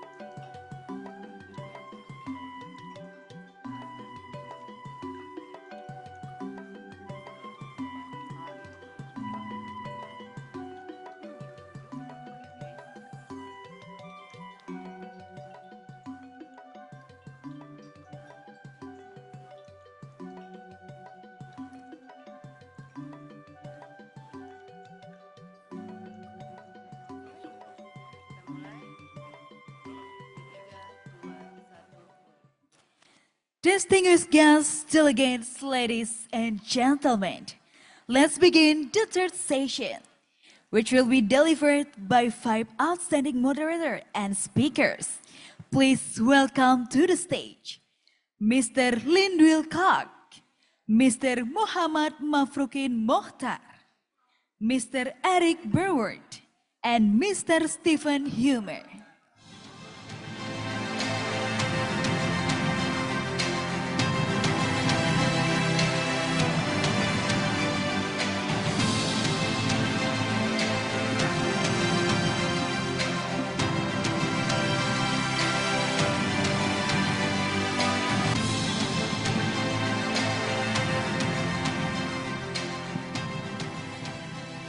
Welcome to the stage, Head of Research Development Department, Credit Counseling Service, Malaysia, Mr. Muhammad Mafrukin Mohtar. Head of Inclusion and Financial Education, Financial Market Commission, Mr. Eric Berward. Australian Central Bank, Australia, Mr. Stephen Humer. And our moderator, Head of Consumer Education Department, Financial Sector Conduct Authority, South Africa, Mr. Lindwin Clark. Ladies and gentlemen, let's begin our third session. Mr. Lindwin Clark, you may lead this session. The stage is yours. Thank you, Program Director. Good afternoon, everyone. And firstly, thanks to the OJK and the OECD for asking me to moderate the session. It's indeed an honor. Also, thank you, Frederica, and your team for hosting us this past 3 days. It's really been great. I'd also just like to apologize for those who stayed behind long enough to hear me give a very, very bad imitation of Bon Jovi. I hope I didn't give you nightmares last night. Be that as it may, it was great. I've been in Bali now for almost a week, and having spent some time here, you always want to take part in all the activities. I went to the monkey forest. I went to the waterfalls. I did the Bali swing without the dress, by the way. But this, of course, put a little bit of stress and strain on my credit card. And I think with that introduction, I think it's quite apt that we're talking about over-indebtedness and the causes that actually lead to it. And today we've got a panel, and Frederica, you also said that you found that women are more financially literate than men in Indonesia.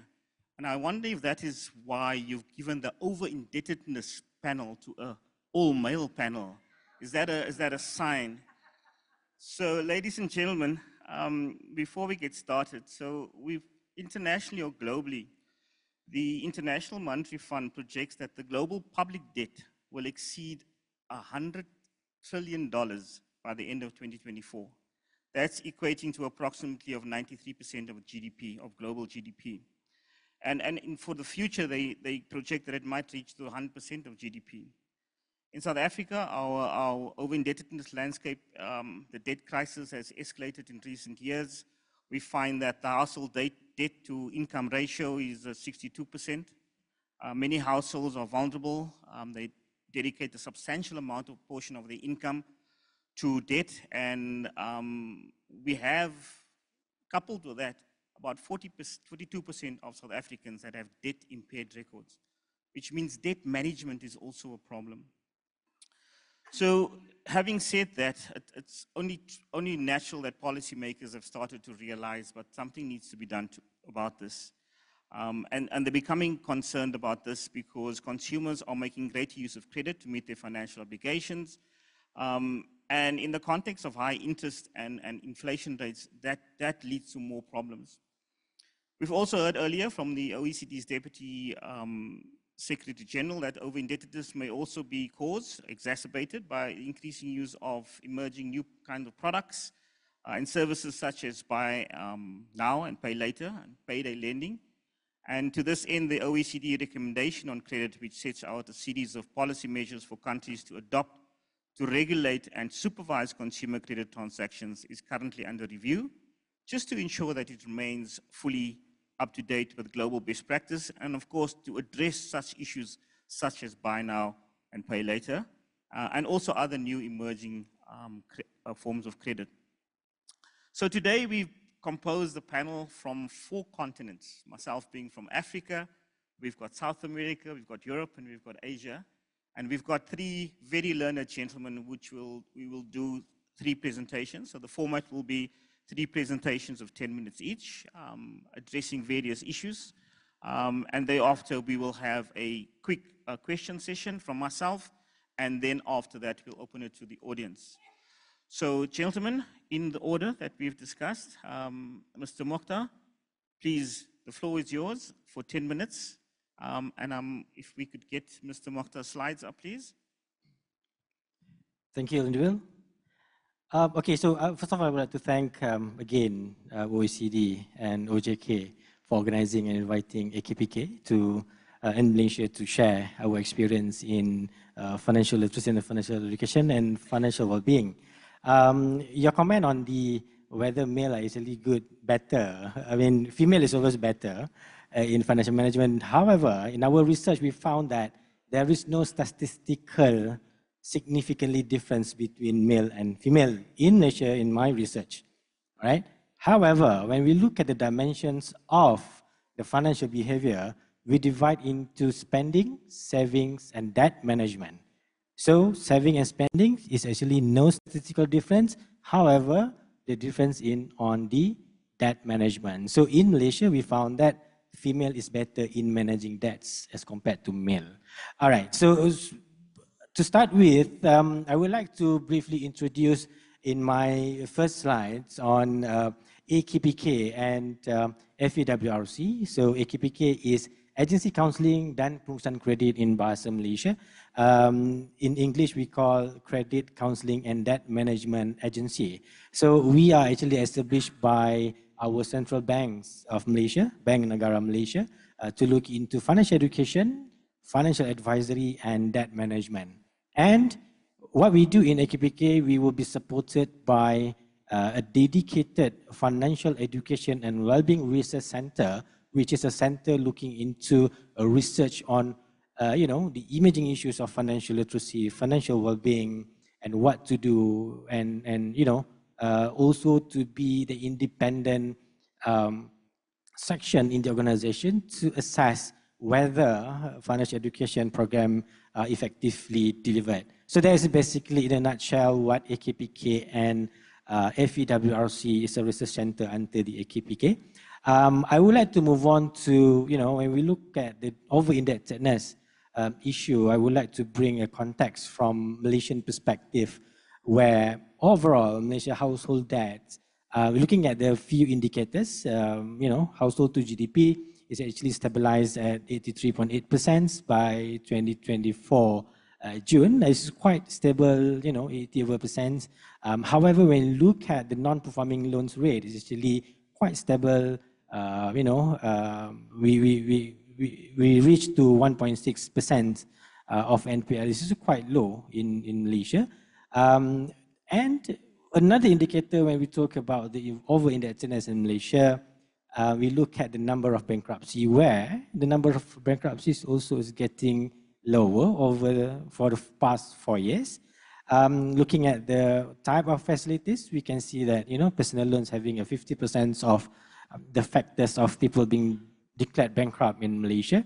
The new thing on BNPL, Lindu also touched about the BNPL in Malaysia. We can see that the increase of usage in BNPL where the account of BNPL is getting increased. However, very fortunate, we are glad to see that the number of overdue account is actually reduced from Q1 2023 and the Q1 2024 from 5.8% to 3.8%, that we could sustain it. A bit of flavor in terms of spending behavior of Malaysian. I just want to highlight one glaring statistics. The number 4 donut chart, the 31% of Malaysian consumer being categorized as online, compulsive online spender.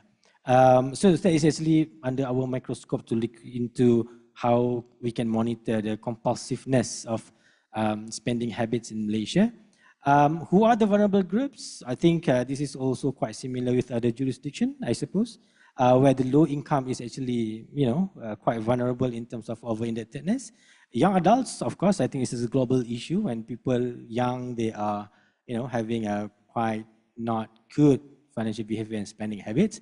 And of course, individual with limited financial literacy, and now we look at the borrowers engaged in BNPL.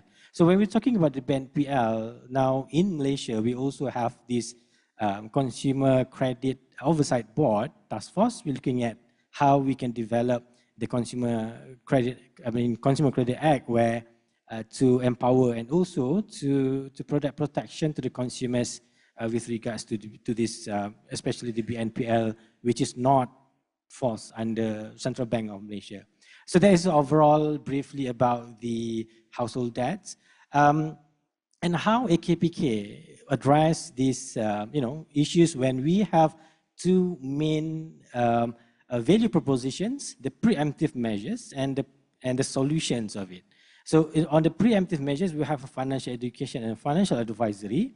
I would like to take one quite successful case study, where this is actually Rumahku online learning, where we provide education to those home buyers, those who intend to buy a first home, where Bank Negara Malaysia have a fund of it, and we have a participating banks where they need to learn, then only they can apply. But the certificate is not not a prerequisite for them to be approved, but it's actually a prerequisite for them to apply. So when we do that, we have educated about 210,000 potential buyers, and we empower 67%. And what we can see, 67% feel confident to apply loan, 6.5% requested financial advisory, meaning when they look at it and they learn it, they want to know more. Then after that, 7.5% choose to delay, meaning they realize that they don't afford. So this is actually one of the measures that we do. We give education, at the same time indirectly to tell, if they not afford, please delay your purchases. So that is actually a preemptive measures. The solutions that we have in AKPK, debt management agency like us in Malaysia, is debt management program. So I would like to bring your attention, if you look at the slide, look at the illustration where, for example, we look at the people's cash flow, the individual cash flow. Before is 5,000 ringgit per month, the income. Then they have about 3,000 of monthly installment comprised of housing loan, personal loan, and card credit. Then you look at it, then these individuals have 2,000 net disposable income. And in Malaysia, that is actually quite low, and it's not enough for a person to live within a month. Then when we interview, then we got, for example, okay, then you need another 900. So we look at how we can relook at the monthly installment, then we can reduce it, then we will negotiate with the bank. So the mechanism of negotiation has been pre-approved by the bank. We have a blanket parameter that we have initially agreed with the bank, and once the individual come, then we will give a proposal to the bank, and bank will approve. So what are the benefits of this kind of solutions is, if you default 3 months, you will actually subject to, credit control of the bank will call you, and maybe, the credit control will give the file to the court and go to, some actions to be taken. So if you are not yet being declared bankrupt, we still can help you. Then when you go to us and do this debt management program, when you enroll in AKPK's program, you will be protected. Then all the credit controller, the court and whatnot cannot harass and call you for a payment since you are in the program. However, we give only 3 months of chance. If your 3 months defaults, you automatically being out from the program, and those court and all the judgment can be proceed. So I can talk more about this. Maybe we can have more engagement and talk about this. So we will continue to serve Malaysians. So we have, the application has been increased over the years. Then we have some numbers to share where we have outreach about 1.3 million. 470,000 of them have, approached us, and we assisted via debt management program. And more than 38,000 customers has, reached to the debt-free status. About approximately 1.84 billion ringgit that we have settled under this program. We also have a mandate to look after the MSMEs. Then we have already more than 2,600 being assisted, and 1,400 SMEs managed to look at the reschedule. So that's all for now. I was sharing what we do in Malaysia, and we also, on the last slide, I just want to show that we are actually a part of FEN, Financial Education Network, that has been initiated by our Central Bank of Malaysia and Securities Commission of Malaysia. So we are actually fully support of this Financial Education Network. This is a national agenda, and I think the concerted effort that we do, thank you for the bell. So just to tell that we in Malaysia, we have multiple agencies to work together under this FEN to look into our Malaysian financial literacy. Thank you very much. Thank you. He says I must call him yes, because his name might be a bit difficult to pronounce. But thanks, Mr. Mokhtar. That's quite interesting, and I think the approach to over-indebtedness through debt management is quite insightful, and I think we will speak a bit more about more solutions later on. But now we move on to Chile, and maybe Eric, if you can give us some insights from your side in terms of what's happening in terms of over-indebtedness in Chile. Please go ahead. Thank you, Lingwil. Thank you, OJK and the OECD for the invitation and the hospitality. It has been amazing. And let's start with the presentation because Lingwil already started the clock. So the first thing is just to give you like a broad presentation. We have tackled this thing of indebtedness, I think in 4 different ways. First, it comes awareness, so the market and the people realize how is their level of debt. So if you can play the video, please. We launched a new platform. ¿Sabías que puedes conocer el monto de So tu deuda where en el sistema it's a financiero kind of a de national forma bureau totalmente gratuita of debt. La Comisión para el Mercado The CMF has all the Financiero es el information organismo about técnico que regula y your supervisa banking el debts, mercado cooperatives, financiero en and Chile. some retail Su misión es la de enterprises. cautelar por la estabilidad y But la transparencia del sistema financiero, We protegiendo tried a las to personas. make them free and where people can see their debt. You can see there a huge amount and a kind of a traffic light so people can realize and be aware first their level of debt. I think that's the principal thing. Many people don't take action because they don't realize how much debt they have and the consequences of not paying that debt. So it took us almost 2 years to make this platform. We work with a lot of people in the government sector. We made focus groups, understand how people saw the information in order to make it simple, but at the same time, give the information that they need, the level of details. They can see all their debt, what is due and what it's okay.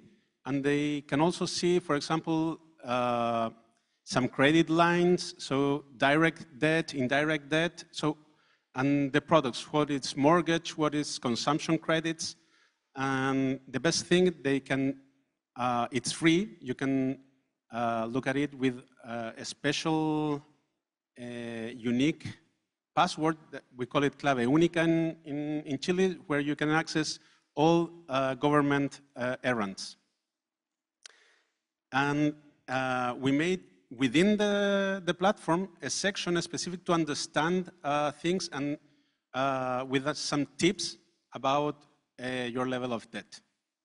And if you realize that you have debt, for example, that it hasn't to be there, you can make a complaint as well. So the CMF gave the information to the financial institutions to check why this debt is there and it shouldn't be. So that's I think my first point, like awareness. The second one is, there is a graphic there and you can see the level of debt, but the level of unpaid debt as well by age. So we have seen in the last years that youth and the elderly, they are growingly have a more of due debt. So, and that makes us focus on those two groups in order to make our financial education efforts. So if we have awareness, then we have the financial education as a second pillar in our efforts, because we can't tell the banks if they have their commercial laws or rules, where to give the debt or not, but we can taught the people if they need that debt or not, to realize what is important, to make them think about why they're getting that debt. Can they wait? Can they maybe save in the meantime? So that's the second thing. And can we go to this next slide? The third point is, we want to learn how people make decisions. So research has to be helping financial education. So we have an RCT during almost 4 years to understand how people make the credit decisions and how they get the loans and the rates. So we found, for example, that people underestimate the credit, the interest rates by almost 50%. So if you have bad priors, you make bad decisions. Yeah? So we have this tool in the RCT when we present them for something with a similar situation, income and the credit that they have in mind to ask, the rates, all the distribution of rates that people similar receive in the last 3 months. And we have seen that people that receive the treatment get better rates by 11%, so it's economically significant. And but there is another discovery, is that they don't shop more, they shop smartly, because the treatment gives them the tools to bargain with the banks, okay? But they also randomly ask them about their priors, and we found a surprise. That only question made them to get interest rates 9% lower. So just to ask the people if what they think it's okay or not, made them shop more and receive finally better rates.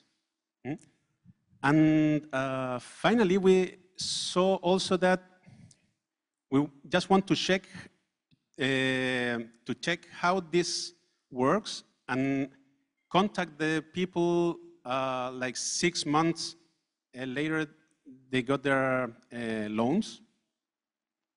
And we realized that many people go to the simulators of the financial institutions.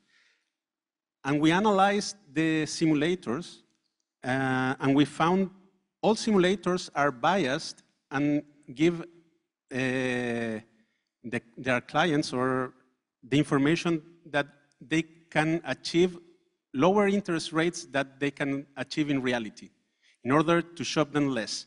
And that's my last point. we have awareness, financial education, research, but the other thing is norms and law. And then we have now to think how we can make banks to give the people real information, you know, without this bias, because this bias, we found it within all financial institutions, so it's not something for a specific financial institutions, so it's something that they are doing in order to make people shop less and to keep them and to seal the deal, basically. So now we have to think how to maybe pass a law or make a norm to how they can give the information. That's it. Thanks, Eric. You actually got another minute if you want to continue. But I'll take that minute and say thanks for that. I think starting the platform is quite an important part because, like you say, some people don't know how much debt they have. But also in South Africa, we have the situation that people don't know that they have a negative credit rating until the sheriff of the court comes to their doors. So we also have free credit scores that you can, once a year, you can actually get a free credit rating score in South Africa. We don't have a platform like that. That's quite an innovative platform. But I do agree with you that we need a lot more data on behavior of consumers and why they purchase certain things. So your control group that you have versus those that have went through the actual system is actually quite a good process to follow. And we'll come, I mean, that when we speak about solutions, maybe you can just give us a bit more information on that later. We now move to Austria. Stefan, would you like to enlighten us? I think there's a clicker, I forgot to mention, there is something that can move your slides along at your own pace. Sorry, Eric, and sorry, Ian, about that. Thank you, Linville. Thank you for having me. It's really a pleasure to be here. I want to bring in a European perspective and also two Austrian examples. Slides are already here, but yeah. Thank you. I want to start by setting the scene that financial education is indeed very important to empower consumers, but it's very important to really understand that financial education is simply not enough. We really have to work together with the private sector, with the regulators, to provide an environment where good products are available, effective supervision and standards are in place, where financially educated consumers can make sustainable choices. So financial literacy, financial education is an important pillar, but it cannot do the heavy lifting alone. The European Commission published a study on over-indebtedness last year. And in this study, they found that 8.8% of households in the European Union are over-indebted, meaning they are not able to pay key installments like paying for the rent or paying for their energy bills. This means that more than 17 million households, or more than 40 million people across the Union, are over-indebted. Interestingly, between 2013 and 2020, there was a significant increase from 13% to 8.8%, but with the pandemic, the trend shifted, and it's now back on the rise. The study also looked at the socioeconomic characteristics of those who are indebted, and they found that it's closely related to income, employment status, household size, and the level of education. Interestingly, they also commissioned a focus study with people who are suffering from over-indebtedness, and they asked the people what are the emotions that they are connecting with debt. And the results were that fear, worry, unease, stress, anxiety are feelings that are related to the word debt when people heard it. And a theme that was coming up again and again, that debt is a social stigma. And this will be important later on in my presentation. Half a year later, next slide please, the European Parliament commissioned a new European Consumer Credit Directive. A directive in the European Union is legal binding, and the national member states have to translate this European directive now in national law. And this consumer directive has very strict measures in terms of consumer protection. For example, when you do advertising for consumer credit, in the future, you will have to make a clear and prominent warning, like with the wording, caution, borrowing money costs money. If you bought cigarettes in the European Union, you may be familiar with these ugly pictures where you see what you're doing to your lungs when you're smoking. And something like that is now coming for consumer credit as well. Another part of this directive is that you cannot simply sign the credit in one moment. You have to either have pre-contractual information, like you get information about the total cost, total duration, 2 or even a week before the assignment of the contract, or if you get the first information just in the last 24 hours before you sign the contract, the credit intermediary has to contact you in the week after the credit was arranged again, and has to inform you that you can step down from the credit. You also have to receive a one-pager where you get all the important information in a clear manner, like what is the total amount and total duration of the credit agreement, and what is the annual percentage rate, considering all the fees, really total percentage rate of charge and the total amount payable. What is also associated with this directive is that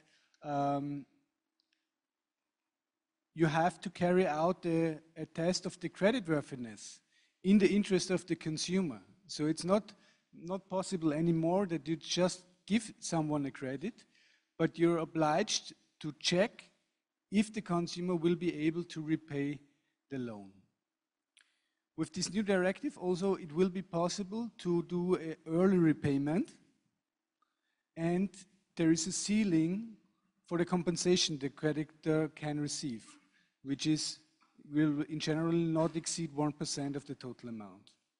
And in line with the OECD G20 principles on high-level principles on consumer protection, the directive also includes financial education and asks the member states to promote measures in relation to responsible borrowing, debt management, and credit agreements. So I think this is really a comprehensive new directive, and it will be interesting to see when it will be come in place so member states have 2 years to translate into national law, and it has to be in place 1 year after. So in 2026, all these things will be in place in the European Union.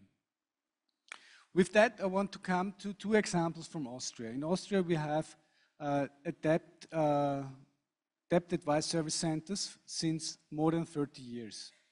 We have more than 60 centers splattered around whole Austria, where more than 130 full-time equivalent, mostly lawyers and social workers, are trying to help people who don't know anymore how to pay their bills.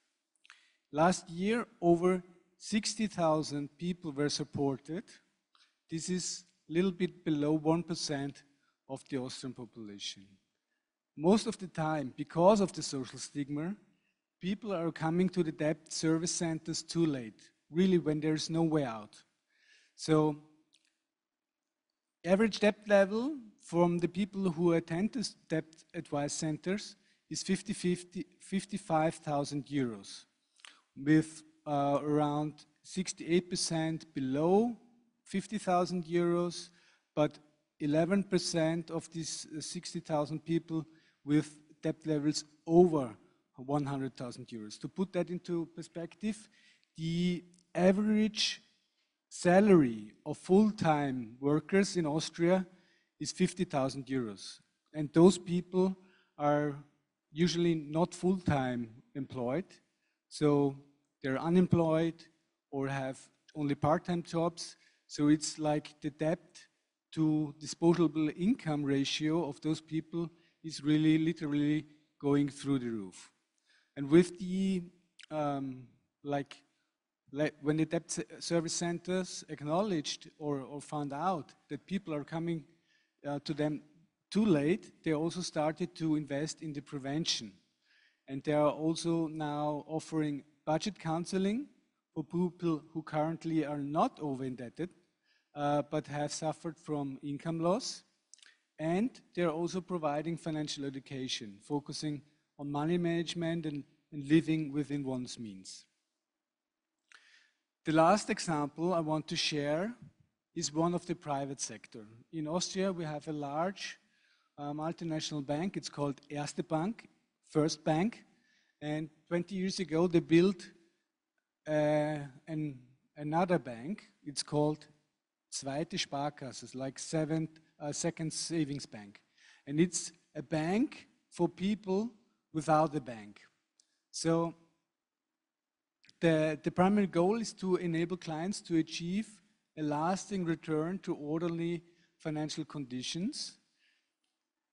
The accounts are managed by volunteers from the Erste Bank, and they have no profit targets. Lindwell, no worries, I'm finishing in a minute. Wonderful. I'm boring your minute. And what's interesting is you cannot simply go to the second savings bank. You have to be referred to the second savings bank, for example, by the debt counseling service. And then that counseling service and the second savings bank work together. So the people that have their account at the second savings banks, they don't pay any fees, but they get a banking account, and together with the debt counseling services,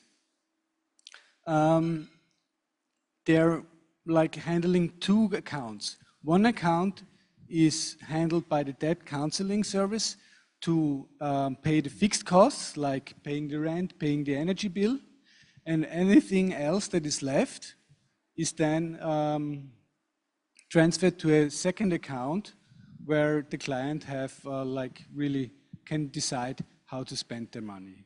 And this really helps to prevent homelessness and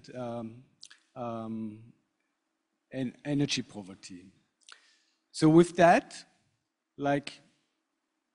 this comprehensive European regulation, this is an Austrian example of the debt counseling service, and this example of the private sector, I think this is an interesting input for our discussion. Thank you so much. Thank you, Stefan. I think this last innovation is it's the first time I see that. That's quite an innovative. And just now when we speak about innovation, maybe you can just give us a little bit more information about how the bank was formed, etc. Because what did you call it? A bank for people without a bank. I must say I've never heard of that. But I think I do agree. We tend to think financial education is the panacea. It's going to solve everything.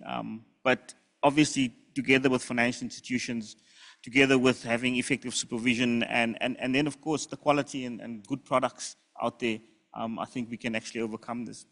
But gentlemen, you've been talking a lot about, in fact, you've answered the second question that we have today, which is solutions. You've given us some solutions. But what in general causes this type of, what causes over-indebtedness? Where does it actually start? And why is it that the cycle is being perpetuated in some instances, that people can't get out of debt, but they stay in that cycle. And maybe, I'm going to start with you, and then after we'll ask specific question. Maybe you can tell us from your perspective in Malaysia, what are the reasons why people are getting over-indebted? All right, thanks, Lindwell. Before answering, I would like to bring perspective. I think everyone knows that what is over-indebtedness. Over-indebtedness is where, you know, there's a situation where the individual have a lot of debts, and you know, the indicators that we measure of the indebtedness is basically normally the debt service ratio, you know, debt to income ratio. So when a person have the very high debt to income ratio, they will call over-indebtedness. So how do we, you know, why this high debt to income ratio? Because of, number one, of course, they have a lot of installment payment need to be paid, and the reason why they got all those credits is actually coming from various factors. There must be a push factors, and there must be a pull factors as well. So the push factors, maybe there is a need for them to take the debts, because maybe perhaps they don't have enough money to survive. Because you know, in our research, we found that in 2018 there is a one quite glaring statistic where we found that 28% of our Malaysian working adults actually need to borrow to buy basic needs. So I mean, that is just one of the factors why people actually being trapped in the high over-indebtedness. Having said that, you know, having a high income also not guaranteed that you don't have high indebtedness, you know. So it can also be, you know, with a poor financial management, you can be easily trapped into, you know, over-indebtedness where you are not manage your credit well. So that because of your, you know, low level of financial literacy. When individual come to AKPK, we ask them, because I mean, normally when people come to AKPK and get advice and also the debt management services, is basically when they cannot pay their debts, and that's why they come to AKPK.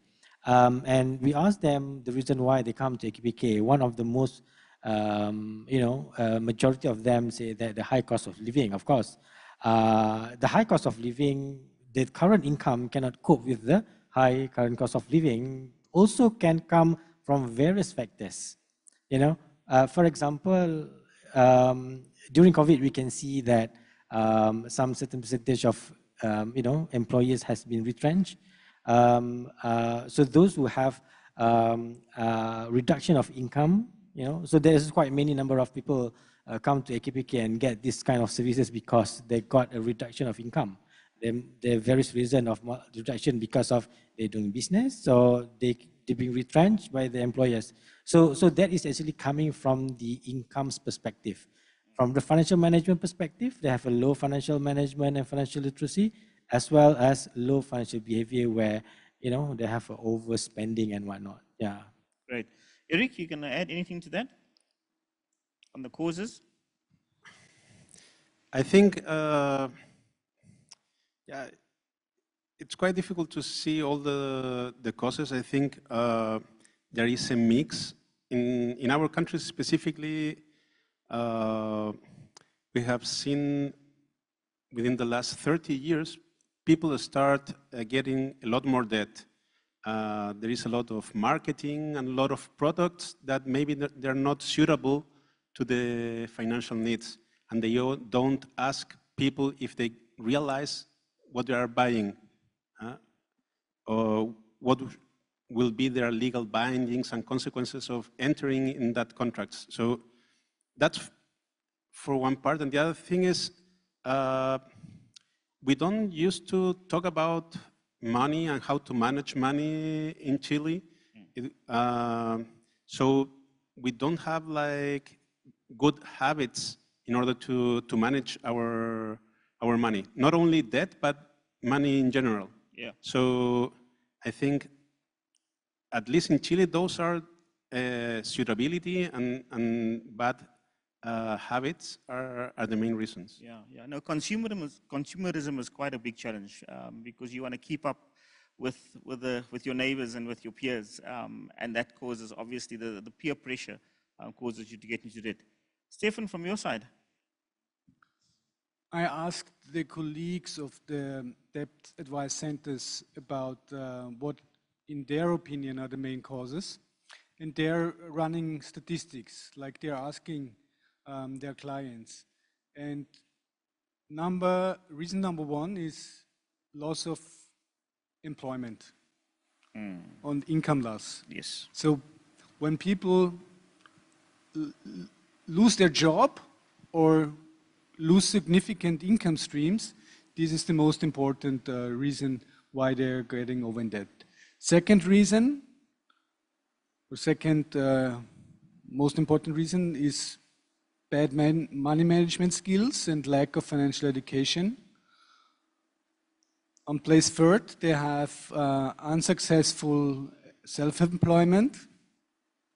And then on fourth and fifth place, high living costs and divorce, like family shocks. But I think it's important to acknowledge also that these are the reasons on the personal level, the influences on the personal level. But this personal level, this exists not in a vacuum. It's embedded in the economic, political, social environment. And all these spheres, the political sphere, economic sphere, can either increase or decrease the personal vulnerability. And when you think about vulnerability as like a combination of your personal exposure to a shock, like the risk that you will be a victim to a certain shock, and to the sensitivity, like when the shock happens, how severe will it impact you? And the third thing is resilience. What are your personal buffers? Are there social safety nets? Are there family or private buffers? So all these things should be in a holistic picture of the reasons for over-indebtedness and vulnerability. Yeah, no, definitely. And I think I agree with you, and also with the others. For us in South Africa, it's not so much as income loss, but the lack of employment. So unemployment in South Africa is very high. So you don't even have a job in the first place, which means you have to hustle and you have to get a side hustle on the street, which means you're not part of the formal economy, which means we've got a very vibrant informal economy, which also doesn't help because the money stays within the community. So unemployment and poverty, I think, especially in developing countries, is one of the major reasons. The other reason that I'm looking at is reckless lending. For cause, you mentioned the EU directive about assessments. You know, in some instances, you find credit providers where they have to do their due diligence and they have to tick off do their assessments. They sometimes tell the client, you know, if you tick off this box, you won't get the loan. If you don't tick off this box, don't say you earn so much. So sometimes it is also, and coming back to an ethical point of view, which we might discuss if we have a chance later on. So colleagues, I think that is quite important that we first understand what is the root of the problem before we can look at solutions. And I'm going to go back to you, Stefan, in terms of the actual solutions. What is the solution? We spoke about financial literacy, and we said it's not the panacea, it's not the only answer. And you spoke about regulation and supervision. What other type of solutions do we have to this? Do we have to legislate? I think financial education is important dimension to build the resilience in the first place. So like financial education should be part of the prevention side. But if you in a position where you cannot pay your energy bills, I think it's not a wise idea to ask the colleague to come to a workshop about money management. Yeah. You have to deal with the problems first. Yeah. You have to sort out how you can get rid of the debt in a certain amount of years, and how the lights can switch on in your flat again. So I think, as I was referring to in the beginning of my presentation, we really have to make sure that before people get in this stressed situation, they have the right competencies to navigate the market, to make smart, sustainable choices.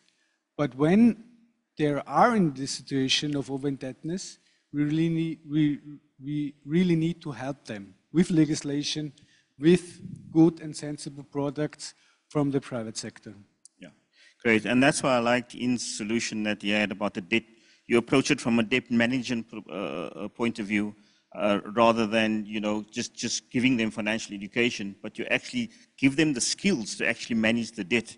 And I think that is important. I came back, I asked about legislation. Recently, South Africa introduced a two-part system. It started on the 1st of September for our retirement funds, where you have 1/3 as a savings pot and the other 2/3 is your retirement fund. So you can access 1/3 of your funds that's available.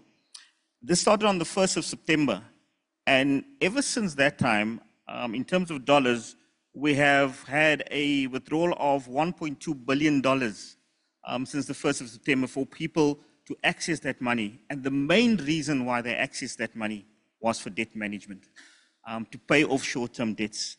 So I think institutions or governments can create instruments for people to actually access money to also, and I'm not saying that it's a perfect solution in terms of accessing your retirement, because there's lots of risks in accessing your retirement funding in any case. We spoke about vulnerable groups, and I think youth was one that everybody mentioned. Eric, in Chile, vulnerable groups, tell us more about it and how over-indebtedness affect them. As I told you in my presentation, we had two vulnerable groups, just seeing the level of indebtedness and the delinquency levels, and how they have changed through time. So youth is one of them. The elderly is the other one that worries me a lot. But also we have seen that women in our country use some products more intensively than men. And that's not because they want to, because usually those products have higher interest rates. So there is an offer problem. So banks and other financial institutions are giving them more accessible credit, but at huge interest rates. So those are our main three groups. And the other one is the MSMEs. Especially in our country, banks do not serve this market well. So they treat them like a medium enterprise. So most micro firms, when they need money, they actually don't get it. So then you go to other forms of debt. Usually they're more expensive, sometimes not formal, and you start with dealing with another kind of problems. So we tackle the problems with those groups in first. Financial education is not a silver bullet, as you said, and it's a long process. So we start with programs, but at the same time, we're dealing some tools and platforms in order to make quotes far better, to get more information, unbiased information, all in the CMF. So I think our approach is to give people the information to make decisions. They can make the decision, so it's not that we are make them to take a specific decision, but you have all on the table to make the decision. And And we are dealing now with the problem with fintechs and a new past fintech law. So how to deal with this mix of new products that can suit better people, but they have also this other side or maybe potential dark side that they can lead to an over-indebtedness if you don't understand the problem. I hear what you're saying, yeah. And I'll give you a chance now, Stefan, I see you. So I think from our point of view, it's also not just youth, but the elderly, because even the elderly in rural areas, because the youth go into the city to get jobs, which means the elderlies are staying behind. And also we have a challenge that a lot of the major credit providers or even banks are moving out of the rural areas. So they're closing down their branches in those areas so they don't have access. Sorry, Stefan, you were to add. I think we should think about vulnerability not like an indicator, like you are vulnerable and you're not, but it's more like a propensity or a probability.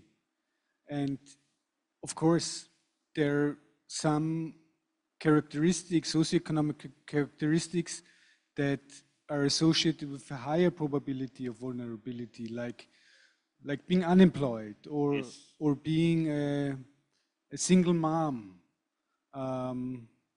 or haven't completed school. But as I was referring to before, it all is connected with the context of the economy as well. During the inflation spike and the reaction of central banks, interest rates have gone up significantly, and also interest rates for the repayment of the loans. So people that have a decent income, have stable income, that used credit to fund their mortgage. So from one moment to the other, so to say, had a hard time to pay their credit. Yeah. And 2 years before, you would not think that those kind of people are vulnerable. Yeah. But during the inflation crisis, they proved to be vulnerable. And even though one of the most richest men in Austria, he has many real estates, went bankrupt in this phase. Yeah. Yeah, and I think you can also look at that example as when people start overextending themselves in that space, and you spoke about small businesses as well, when they can't get the access. But I think we really need to get to that. Once you've gotten to the root cause and you look for the solution and apply it, there's no one size fits all. I think that's quite clear. But having said that, what about innovation? How can we now use, is technology the answer? If we speak innovation, are we speaking technology? How, from a research point of view, what has been shown to actually work, and what kind of innovative ideas or innovative processes, besides the bank without any bank, or for people without a bank, what other kinds of solutions do we have from an innovation point of view? All right, thank you. Maybe perhaps while I'm giving my opinion, maybe you can help to share my slide. I think the first slide is the introduction of AKPK and FEWRC. Maybe if you can have time to, scan the QR code of our FEWRC websites and looking at those publications that we have published. Maybe the first slide number 1. All right, so this slide. So we have that QR code. Maybe you can scan the QR code and look at our various publications. So going back to the innovation. So we in the AKPK Research Center, we always bear in our mind when we do research, we try to coming up with something innovative solutions out of it. Research cannot be on the shelf and collecting dust. We need to use those research findings and coming up with something innovation. So I would like to take one of the examples that we do, one of the report that we have, 9 to 5, navigating financial well-being at the workplace. So why I say that this is innovative? Because we give we provide and develop an employee financial well-being framework holistically, where we can approach organization, or organization can approach us, trying to look at the root cause of the problem like you mentioned just now. So how do we assess the root cause of your employees' financial well-being? We have the tools that we have developed. You know, we're talking about the financial well-being all this while, right? So we are actually developing and enhancing financial well-being tools, where in 2018, we have developed a financial well-being tools that we can assess Malaysian working adults' financial well-being score. So we can use that tools and go to the organization and assess the landscape of their financial well-being. So with that statistic or analysis that we got, we can do a tailor-made solutions. I give you examples where we have engaged an organization where we have done a 3 to 6 month employee financial well-being program, where initially we give the tools to the employers and they're distributed to their employees, and we got the analysis and we can divide into 3 categories. Number 1, those who have advanced financial management, who have very low debt to income ratio. Number 2, intermediate, where it's actually a quite surviving financial well-being kind of level, and also the basic. Basic means you have high debt to income ratio, you have a low income, and you have a low financial well-being and literacy. So with this kind of categorization on profiling, we can provide tailor-made solution where we can address the root cause of the problem. For example, those basic, they cannot even do savings. So what we can do is actually we teach them on how to really look at your cash flow so that you are not overspending that will jeopardize your debt to income ratio and whatnot. So we tell them and teach them on how to maneuver and adjust your cash flow. For those intermediate, you have a very, quite stable but surviving. We teach them on how to increase your savings. Those who advance, we teach them on how to, look at the opportunities of how can you do your wealth management, wealth distribution and whatnot. So the word innovative should come from, we do research, so we have to be very innovatively coming out with the solutions. Last but not least, one of the examples that we are currently developing is we have research on elderly financial abuse, EAN, elderly abuse and neglect. You can look at our report. We found that there is a certain percentage of our respondents are actually financially abused by their perpetrators, normally immediate family members. So what we are currently doing is we try to develop, it's in the midst of development, but I just, give the secret.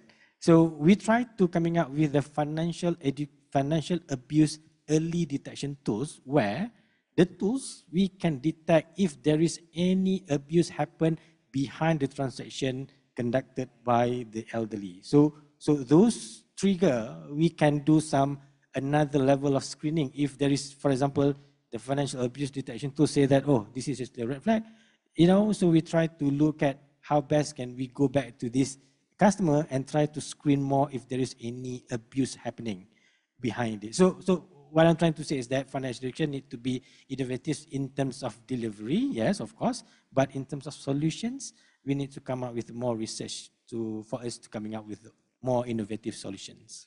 Thanks, yeah, and I think being forewarned is forearmed. So you've got to have the data to actually develop more. And I like the idea of preventative rather than after the fact.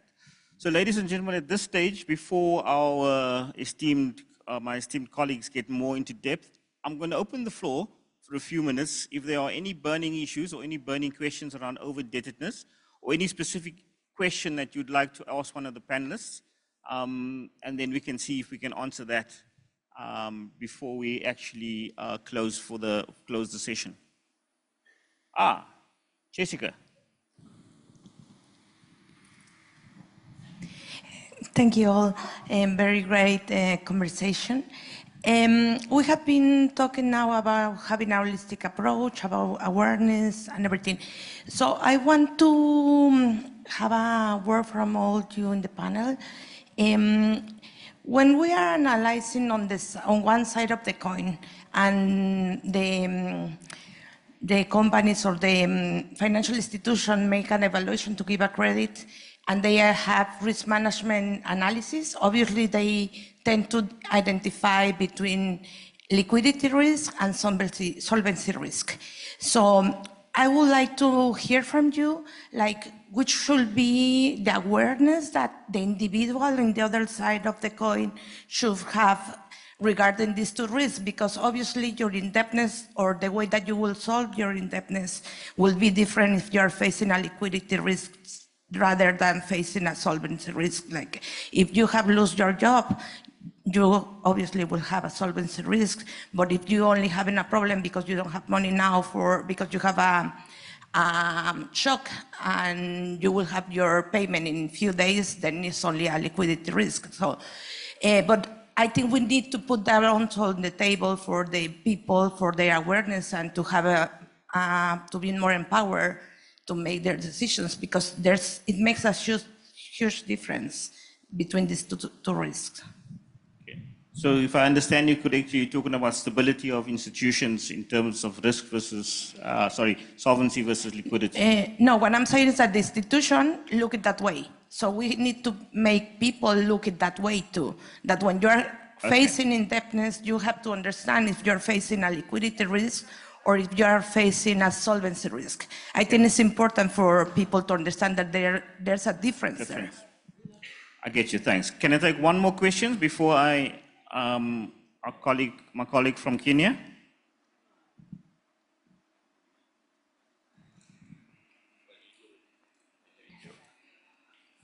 Can we get a mic over here in front, please?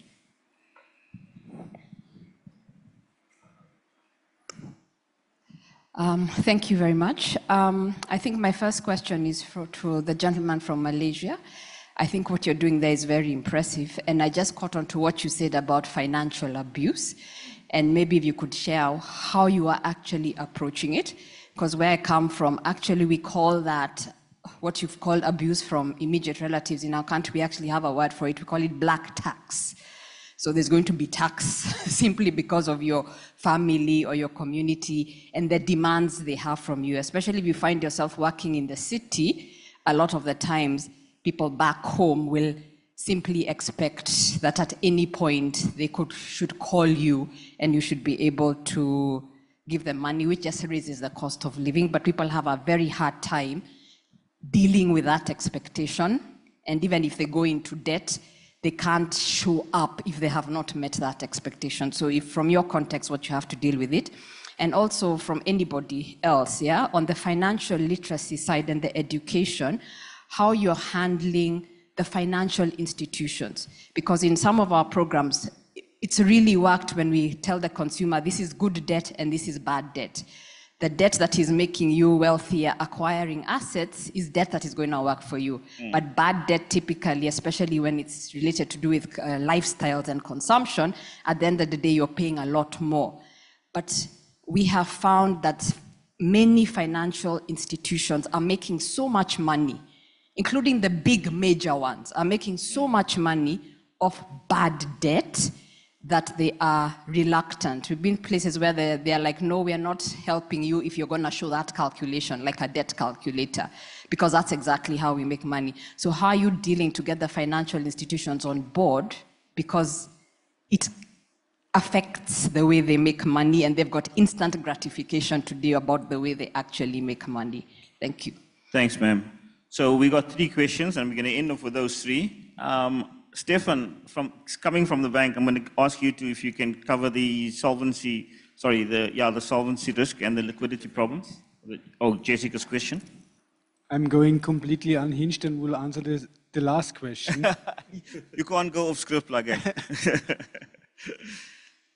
Because I think this is very important question, how you to get them on board, but it's also important to think about what should we educate in our initiatives. And I think talking about good purposes of debt and not so good purposes of debt is very important, because we have to acknowledge that debt is not a bad thing in its nature. Debt made human development possible. We have to see that. But we have to use debt in a responsible way. So good, bad debt, what are my needs, what are my wants, but also what are the interests of the credit provider. And are the interests of the credit provider aligned with my own interests. So I think this is an important part of financial education, to make people aware that my partners, my like vis-a-vis in economics exchange, they all have interests. And of course they have interest and they must have interest, and this is okay, but you have to take their interest into account to figure out if there is a significant alignment of the interest to make the agreement or not. So I think this is important. Coming back to Jessica, I think, yeah, solvency and liquidity risk for ordinary people, I don't know if it's easy to translate this concept in an attractable way, but for me it makes totally sense to think about in that way. Because like in the example before, people with flexible mortgage rates in Western European countries, they maybe had problems paying the mortgages the last 2 years. Now when interest rates are going down again, their disposable income actually maybe over proportionally increases, because due to high inflation, wages went up quite significantly, and now interest rates go down. So maybe in the next years they will be their interest payment or the mortgage payment will be more easily for them. So this is what, in this case, it was one of the most important things would be to look through the storm and to see what the future will bring. So I think it's an important concept, but I actually have to think about how to translate it in an easy manner in a financial education setting. Thanks, Stefan. Eric, you want to comment on both of those questions before I give Ian a chance? Sure.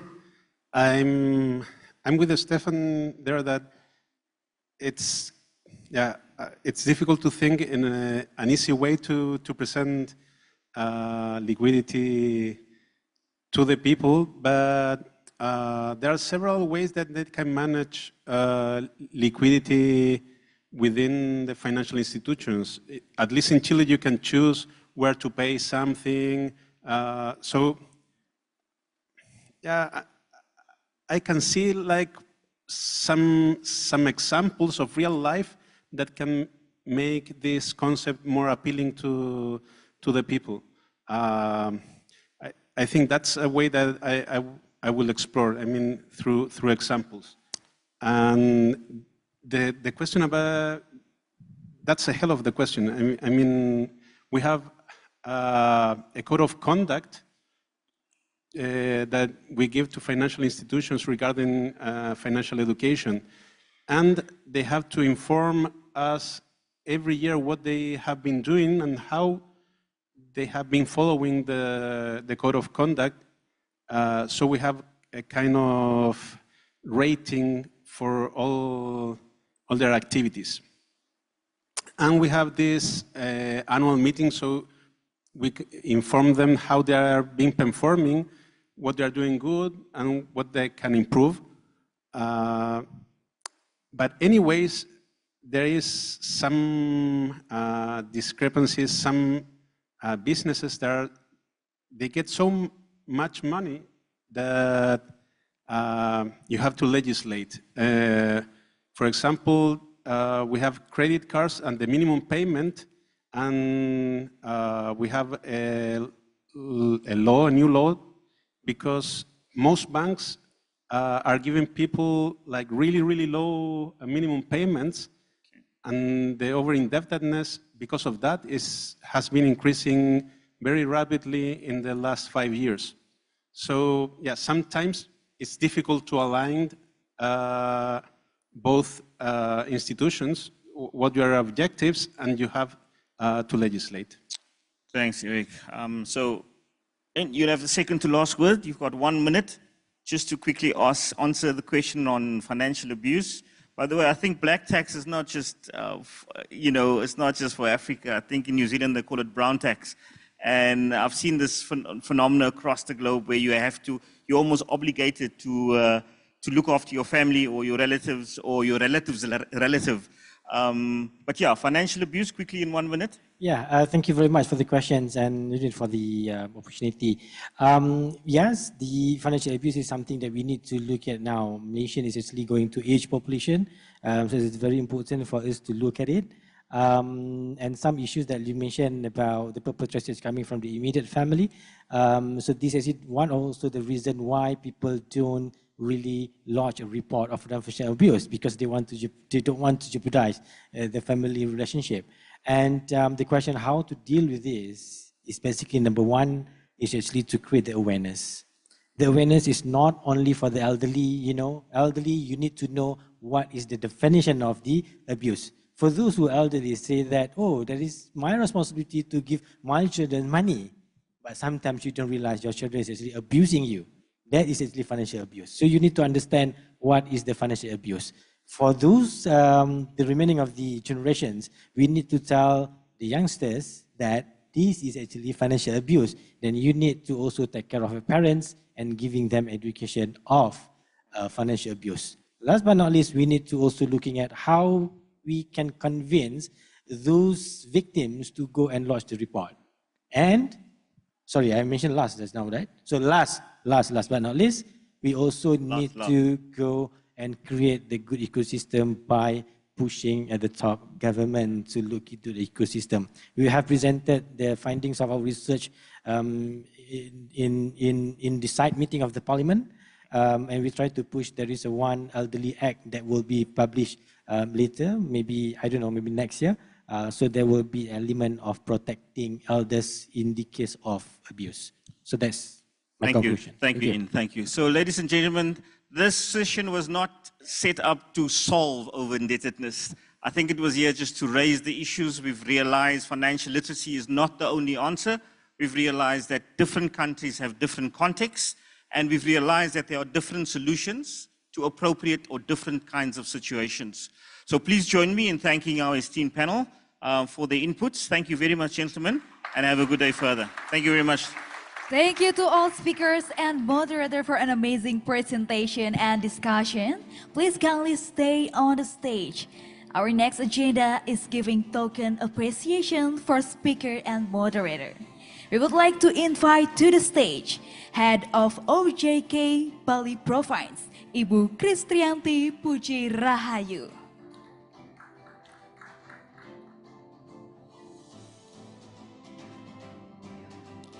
The first token appreciation gift to Mr. Linwil Clark as our moderator.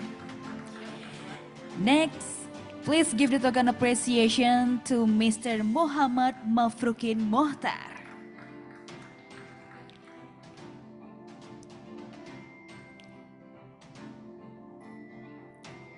Next, please give the token appreciation to Mr. Eric Berward.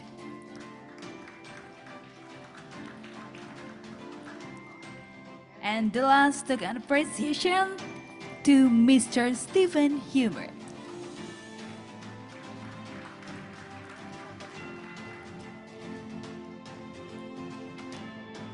Next, we would like to take a picture to capture this amazing moment. To the camera, 3, 2, 1. 3, 2, 1. Okay, thank you very much, ladies and gentlemen. Please kindly return to your seat.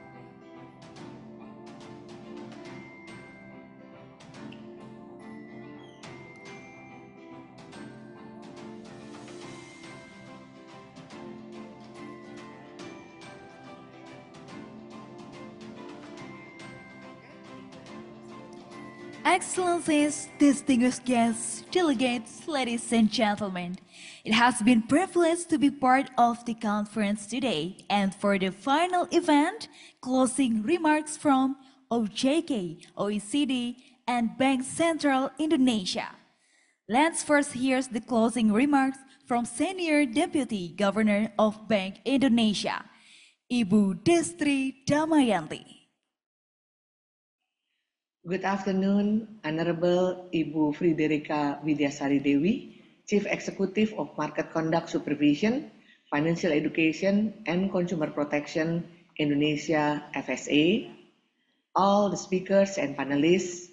Assalamualaikum warahmatullahi wabarakatuh. Salam sejahtera, shalom, om swastiastu, namo buddhaya, salam kebajikan.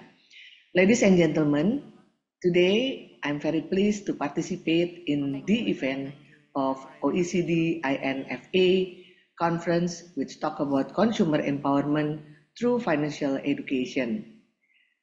This topic is really important because consumer empowerment in Indonesia is playing a vital component of a well-functioning economy. It not only enhances individual choices, but also drives market improvement and social economic aspect. In Bank Indonesia, consumer empowerment is also part of key pillar to achieve higher financial inclusion, which will lead to a better and healthier economic performance. To achieve consumer empowerment, we can focus on three key strategies. It is education, advocacy, and access to information. First, education is fundamental. By providing consumers with knowledge about their rights and responsibilities, we can help them make more better decisions. This involves implementing educational programs in school and communities that cover topics like financial literacy, product awareness, and understanding contract. Workshops, seminars, and online resources can further enhance consumer understanding. An informed consumer is a powerful consumer. Second, advocacy plays a crucial role in consumer empowerment. Encouraging active participation in consumer advocacy groups can amplify collective voices. This organization can represent consumers in negotiation with businesses and governments, and ensuring that consumer rights are protected. And lastly, access to information. This is also a vital aspect. In an era of rapidly evolving market, consumers need timely and accurate information to make better choices. This can be achieved through consumer protection legislation that ensures transparency in pricing, product quality, and marketing practices. In conclusion, by focusing on these three aspects, it is education, advocacy, and access to information, can significantly enhance consumer empowerment in Indonesia. And this will lead to a more informed public, a stronger economy, and ultimately a better quality of life for all citizens. I will stop here. Thank you for your attention. Thank you, Ibu Destri Damayanti, for your closing remarks.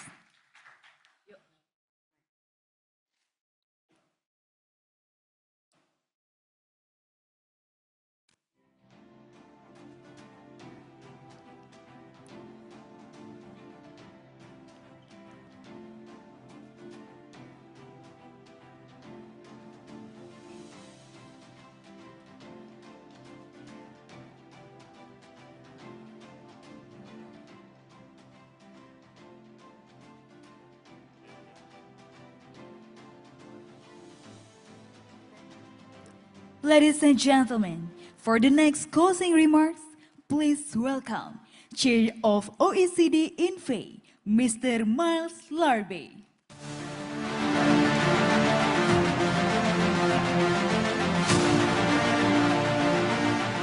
Thank you very much indeed. And What a fantastic conference we've had today with 3 really interesting and diverse panels with participation of speakers from all corners of the globe. It's been really fascinating to hear about some of the challenges that we're all working on, the challenges facing citizens and consumers in our different countries. Some of these challenges are related to, as we've heard, the economic and financial situation that people find themselves in. Some are long-standing challenges, such as the issue of over-indebtedness, which still has new permutations through developments such as buy now, pay later products. Some pertain to groups that may be more vulnerable in our communities, and we've heard about the particular needs of women and financial literacy, people living with disabilities, people living in rural and remote areas, and of course, young people as well. And some challenges are new or constantly evolving. So digitalization, for example, the emergence of sustainable finance, climate change risk, and so on. And so addressing these challenges, as we've been discussing and hearing different perspectives, really requires joint efforts. So both at the national level, bringing together different stakeholders in coordinated efforts to develop national strategies in complement with financial consumer protection and financial inclusion initiatives designed to improve and enhance the financial well-being of consumers, but also targeted programs based on evidence and evaluation operating at the grassroots. And some of those could really be very innovative in terms of the approaches that they're taking. And I guess lastly, and as reflected by this conference, the importance of international cooperation, discussion and collaboration, the opportunity to share experience, to learn from each other, to share expertise, and of course, discuss how to address common challenges. So looking ahead, the INFE, the International Network on Financial Education, has lots to do. We've discussed in the meeting yesterday and through the course of today, the importance of our continued efforts to collect and analyze data and evidence, and this will be done through the next iteration of the Financial Literacy Questionnaire for adults, which will include new questions on financial well-being that will be tested and refined, as well as the PISA assessment of student financial literacy, the next iteration in 2029. But again, I encourage countries to think about participating in that from now.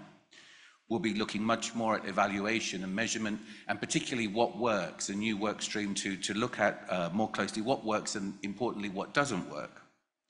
There'll be the assessment of standards, the financial literacy recommendation, and looking at the status of national financial literacy strategies. And of course, evergreen topics such as financial education in schools, curriculum, assessment, and so on. New topics such as sustainable finance. And I guess in terms of events, I should not forget to mention Global Money Week in March 2025, which I know all of you will support with great enthusiasm.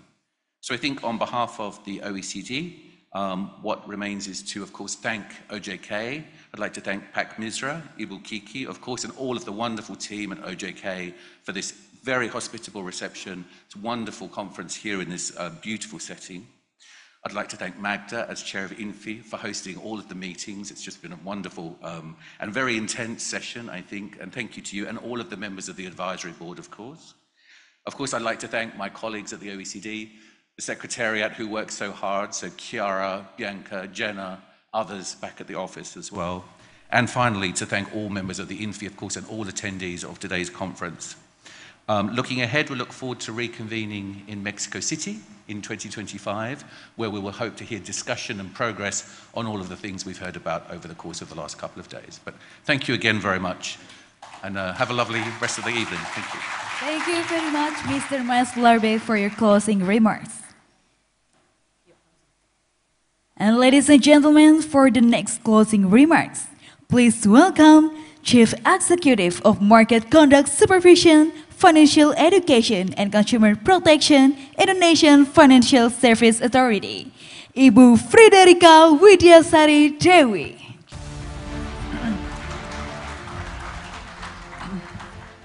We have come to the end. So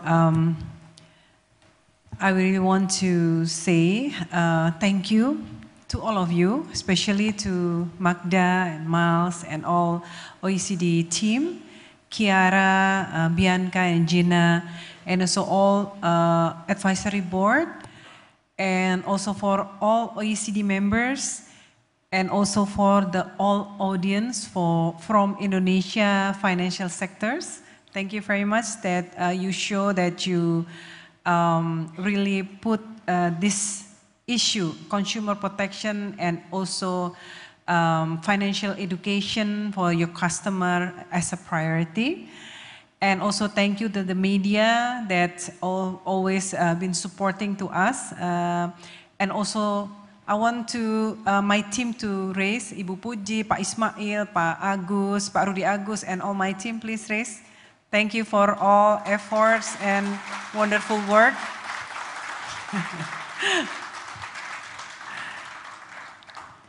Thank you. Magda and Miles, I hope you all and all the OECD delegates, you all have a great stay here. We still have 2 more activities to go this afternoon, and I hope you really enjoy your stay in Bali and giving you beautiful memory to bring back home. And we wish you lots of success and safe trip back home. And at the end of this session, I would like to say that let us carry forward the knowledge and insights shared today. Empowering consumers through financial education is essential to fostering resilience amid economic challenge. And of course, for all the finance sectors, this issue also very good for your company, how to treat your customer well, how to educate them, because the loyal customer will be back to you. And then, of course, this all of our efforts here to improve the welfare of the people here. And again, thank you very much. Thank you. Thank you very much, Ibu Frederica, for the closing remarks. Honorable guests, delegates, ladies and gentlemen, we finally reached to the end of our event today. We hope you enjoy all the presentation and the discussion. Thank you for attending and participating in this conference. Good evening. Wassalamualaikum warahmatullahi wabarakatuh. Om Santi Santi Santi Om.